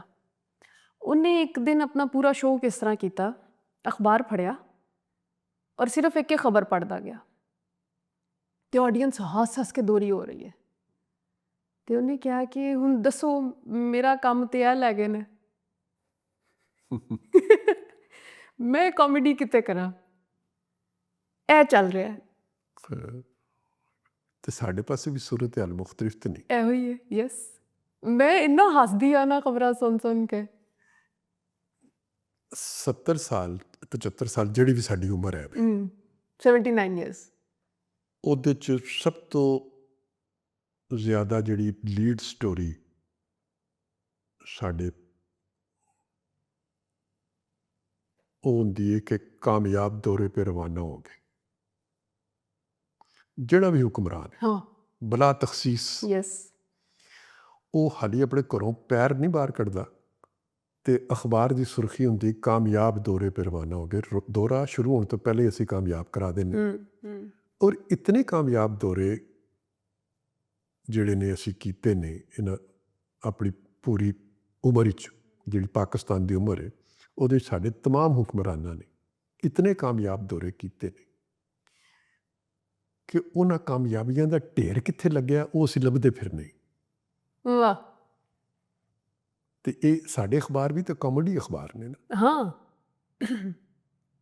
कॉमिक्स। अच्छा, और फिर पाकिस्तान में इतना सोना निकल आया, पाकिस्तान में इतना तेल निकल आया, पाकिस्तान में इतने हीरे जवाहरात निकल आए, तांबा निकल आया, और आने वाले दिनों में बस दुनिया पाकिस्तान से भी इमदाद मांगने के लिए आया। ਇਹੋ ਜਿਹੀਆਂ ਖਬਰਾਂ ਅਸੀਂ ਵੀ ਛਾਪ। ਔਰ ਪਾਕਿਸਤਾਨ ਦਾ ਸਾਰਾ ਕਰਜ਼ਾ ਲੱਥ ਜਾਏਗਾ ਸਿਰਫ ਨਗਰ ਪਾਰਕਰ ਦੇ ਗ੍ਰੇਨਾਈਟ ਦੇ ਪਹਾੜ ਵੇਚ ਕੇ। ਇਹ ਨੈਰੇਟਿਵ ਹੈ। ਭਾਵੇਂ ਅਸੀਂ ਕਿੰਨਾ ਆਪਣੀ ਮਦਨਿਆਤ ਜਿਹੜੀ ਹੈ ਉਹ ਬੋਰੀਆਂ ਦੀਆਂ ਬੋਰੀਆਂ ਜਿਹੜੀਆਂ ਨੇ ਮਿੱਟੀ ਦੇ ਭਾਅ ਵੇਚ ਰਹੇ ਹੋ। ਯੈਸ, ਇਹੀ ਕਰ ਰਹੇ ਆ। ਉਹਦੇ ਚੋਂ ਕੱਢਦੇ ਤਾਂ ਦੂਸਰੇ ਵੇ ਨੇ ਨਾ, ਇਹੀ ਕਰ ਰਹੇ ਆ। ਤੇ ਅਸੀਂ ਤੇ ਇਹ ਮੈਂ ਅਰਜ਼ ਕਰ ਰਿਹਾ ਕਿ ਸਾਡੇ ਅਖਬਾਰ ਵੀ ਜਿਹੜੇ ਨੇ ਉਹ ਵੀ ਪੜ੍ਹ ਕੇ ਤੇ ਹੱਸ ਹੱਸ ਵੀ ਸਕਦੇ ਹੋ ਤੇ ਰੋ ਵੀ ਸਕਦੇ ਹੋ। ਯੈਸ, ਮਿਲਾਨ ਕੁੰਡੇਰਾ ਦਾ ਲਿਖਣ ਦਾ ਸਟਾਈਲ ਜਿਹੜਾ ਨਾ, ਉਹਦੇ ਵਿੱਚੋਂ ਇੱਕ ਵਰਤਦਾ ਹੈ, ਮੈਂ ਉਹਨੂੰ ਨਾਂ ਦਿੱਤਾ ਹੈ ਮੁਜ਼ਹਿਕਾ ਖੇਜ਼ੀ ਕੀ ਦਹਿਸ਼ਤ। ਮਤਲਬ ਮੈਂ ਜਦੋਂ ਉਹਦੇ 'ਤੇ ਲਿਖਿਆ ਸੀ, ਬਹੁਤ ਪਹਿਲੇ ਦੀ ਗੱਲ ਹੈ, ਇੱਦਾਂ ਹੁੰਦਾ ਹੈ ਕਿ ਹੱਸਦਿਆਂ ਹੱਸਦਿਆਂ ਤੁਸੀਂ ਰੋ ਪੈਂਦੇ ਹੋ, ਤੁਹਾਡੇ ਅਥਰੂ ਨਿਕਲ ਆਉਂਦੇ ਨੇ। Dark comedy. ਬਸ ਜਾਈਏ ਹੁਣ ਬਹੁਤ ਹੈ, ਇੱਥੇ ਹੀ ਅੱਜ ਦਾ ਮੁਕਾਉਂਦੇ ਹਾਂ। ਸੁਣਨ ਦਾ ਬਹੁਤ ਸ਼ੁਕਰੀਆ ਔਰ ਰੱਬ ਰਾਖਾ।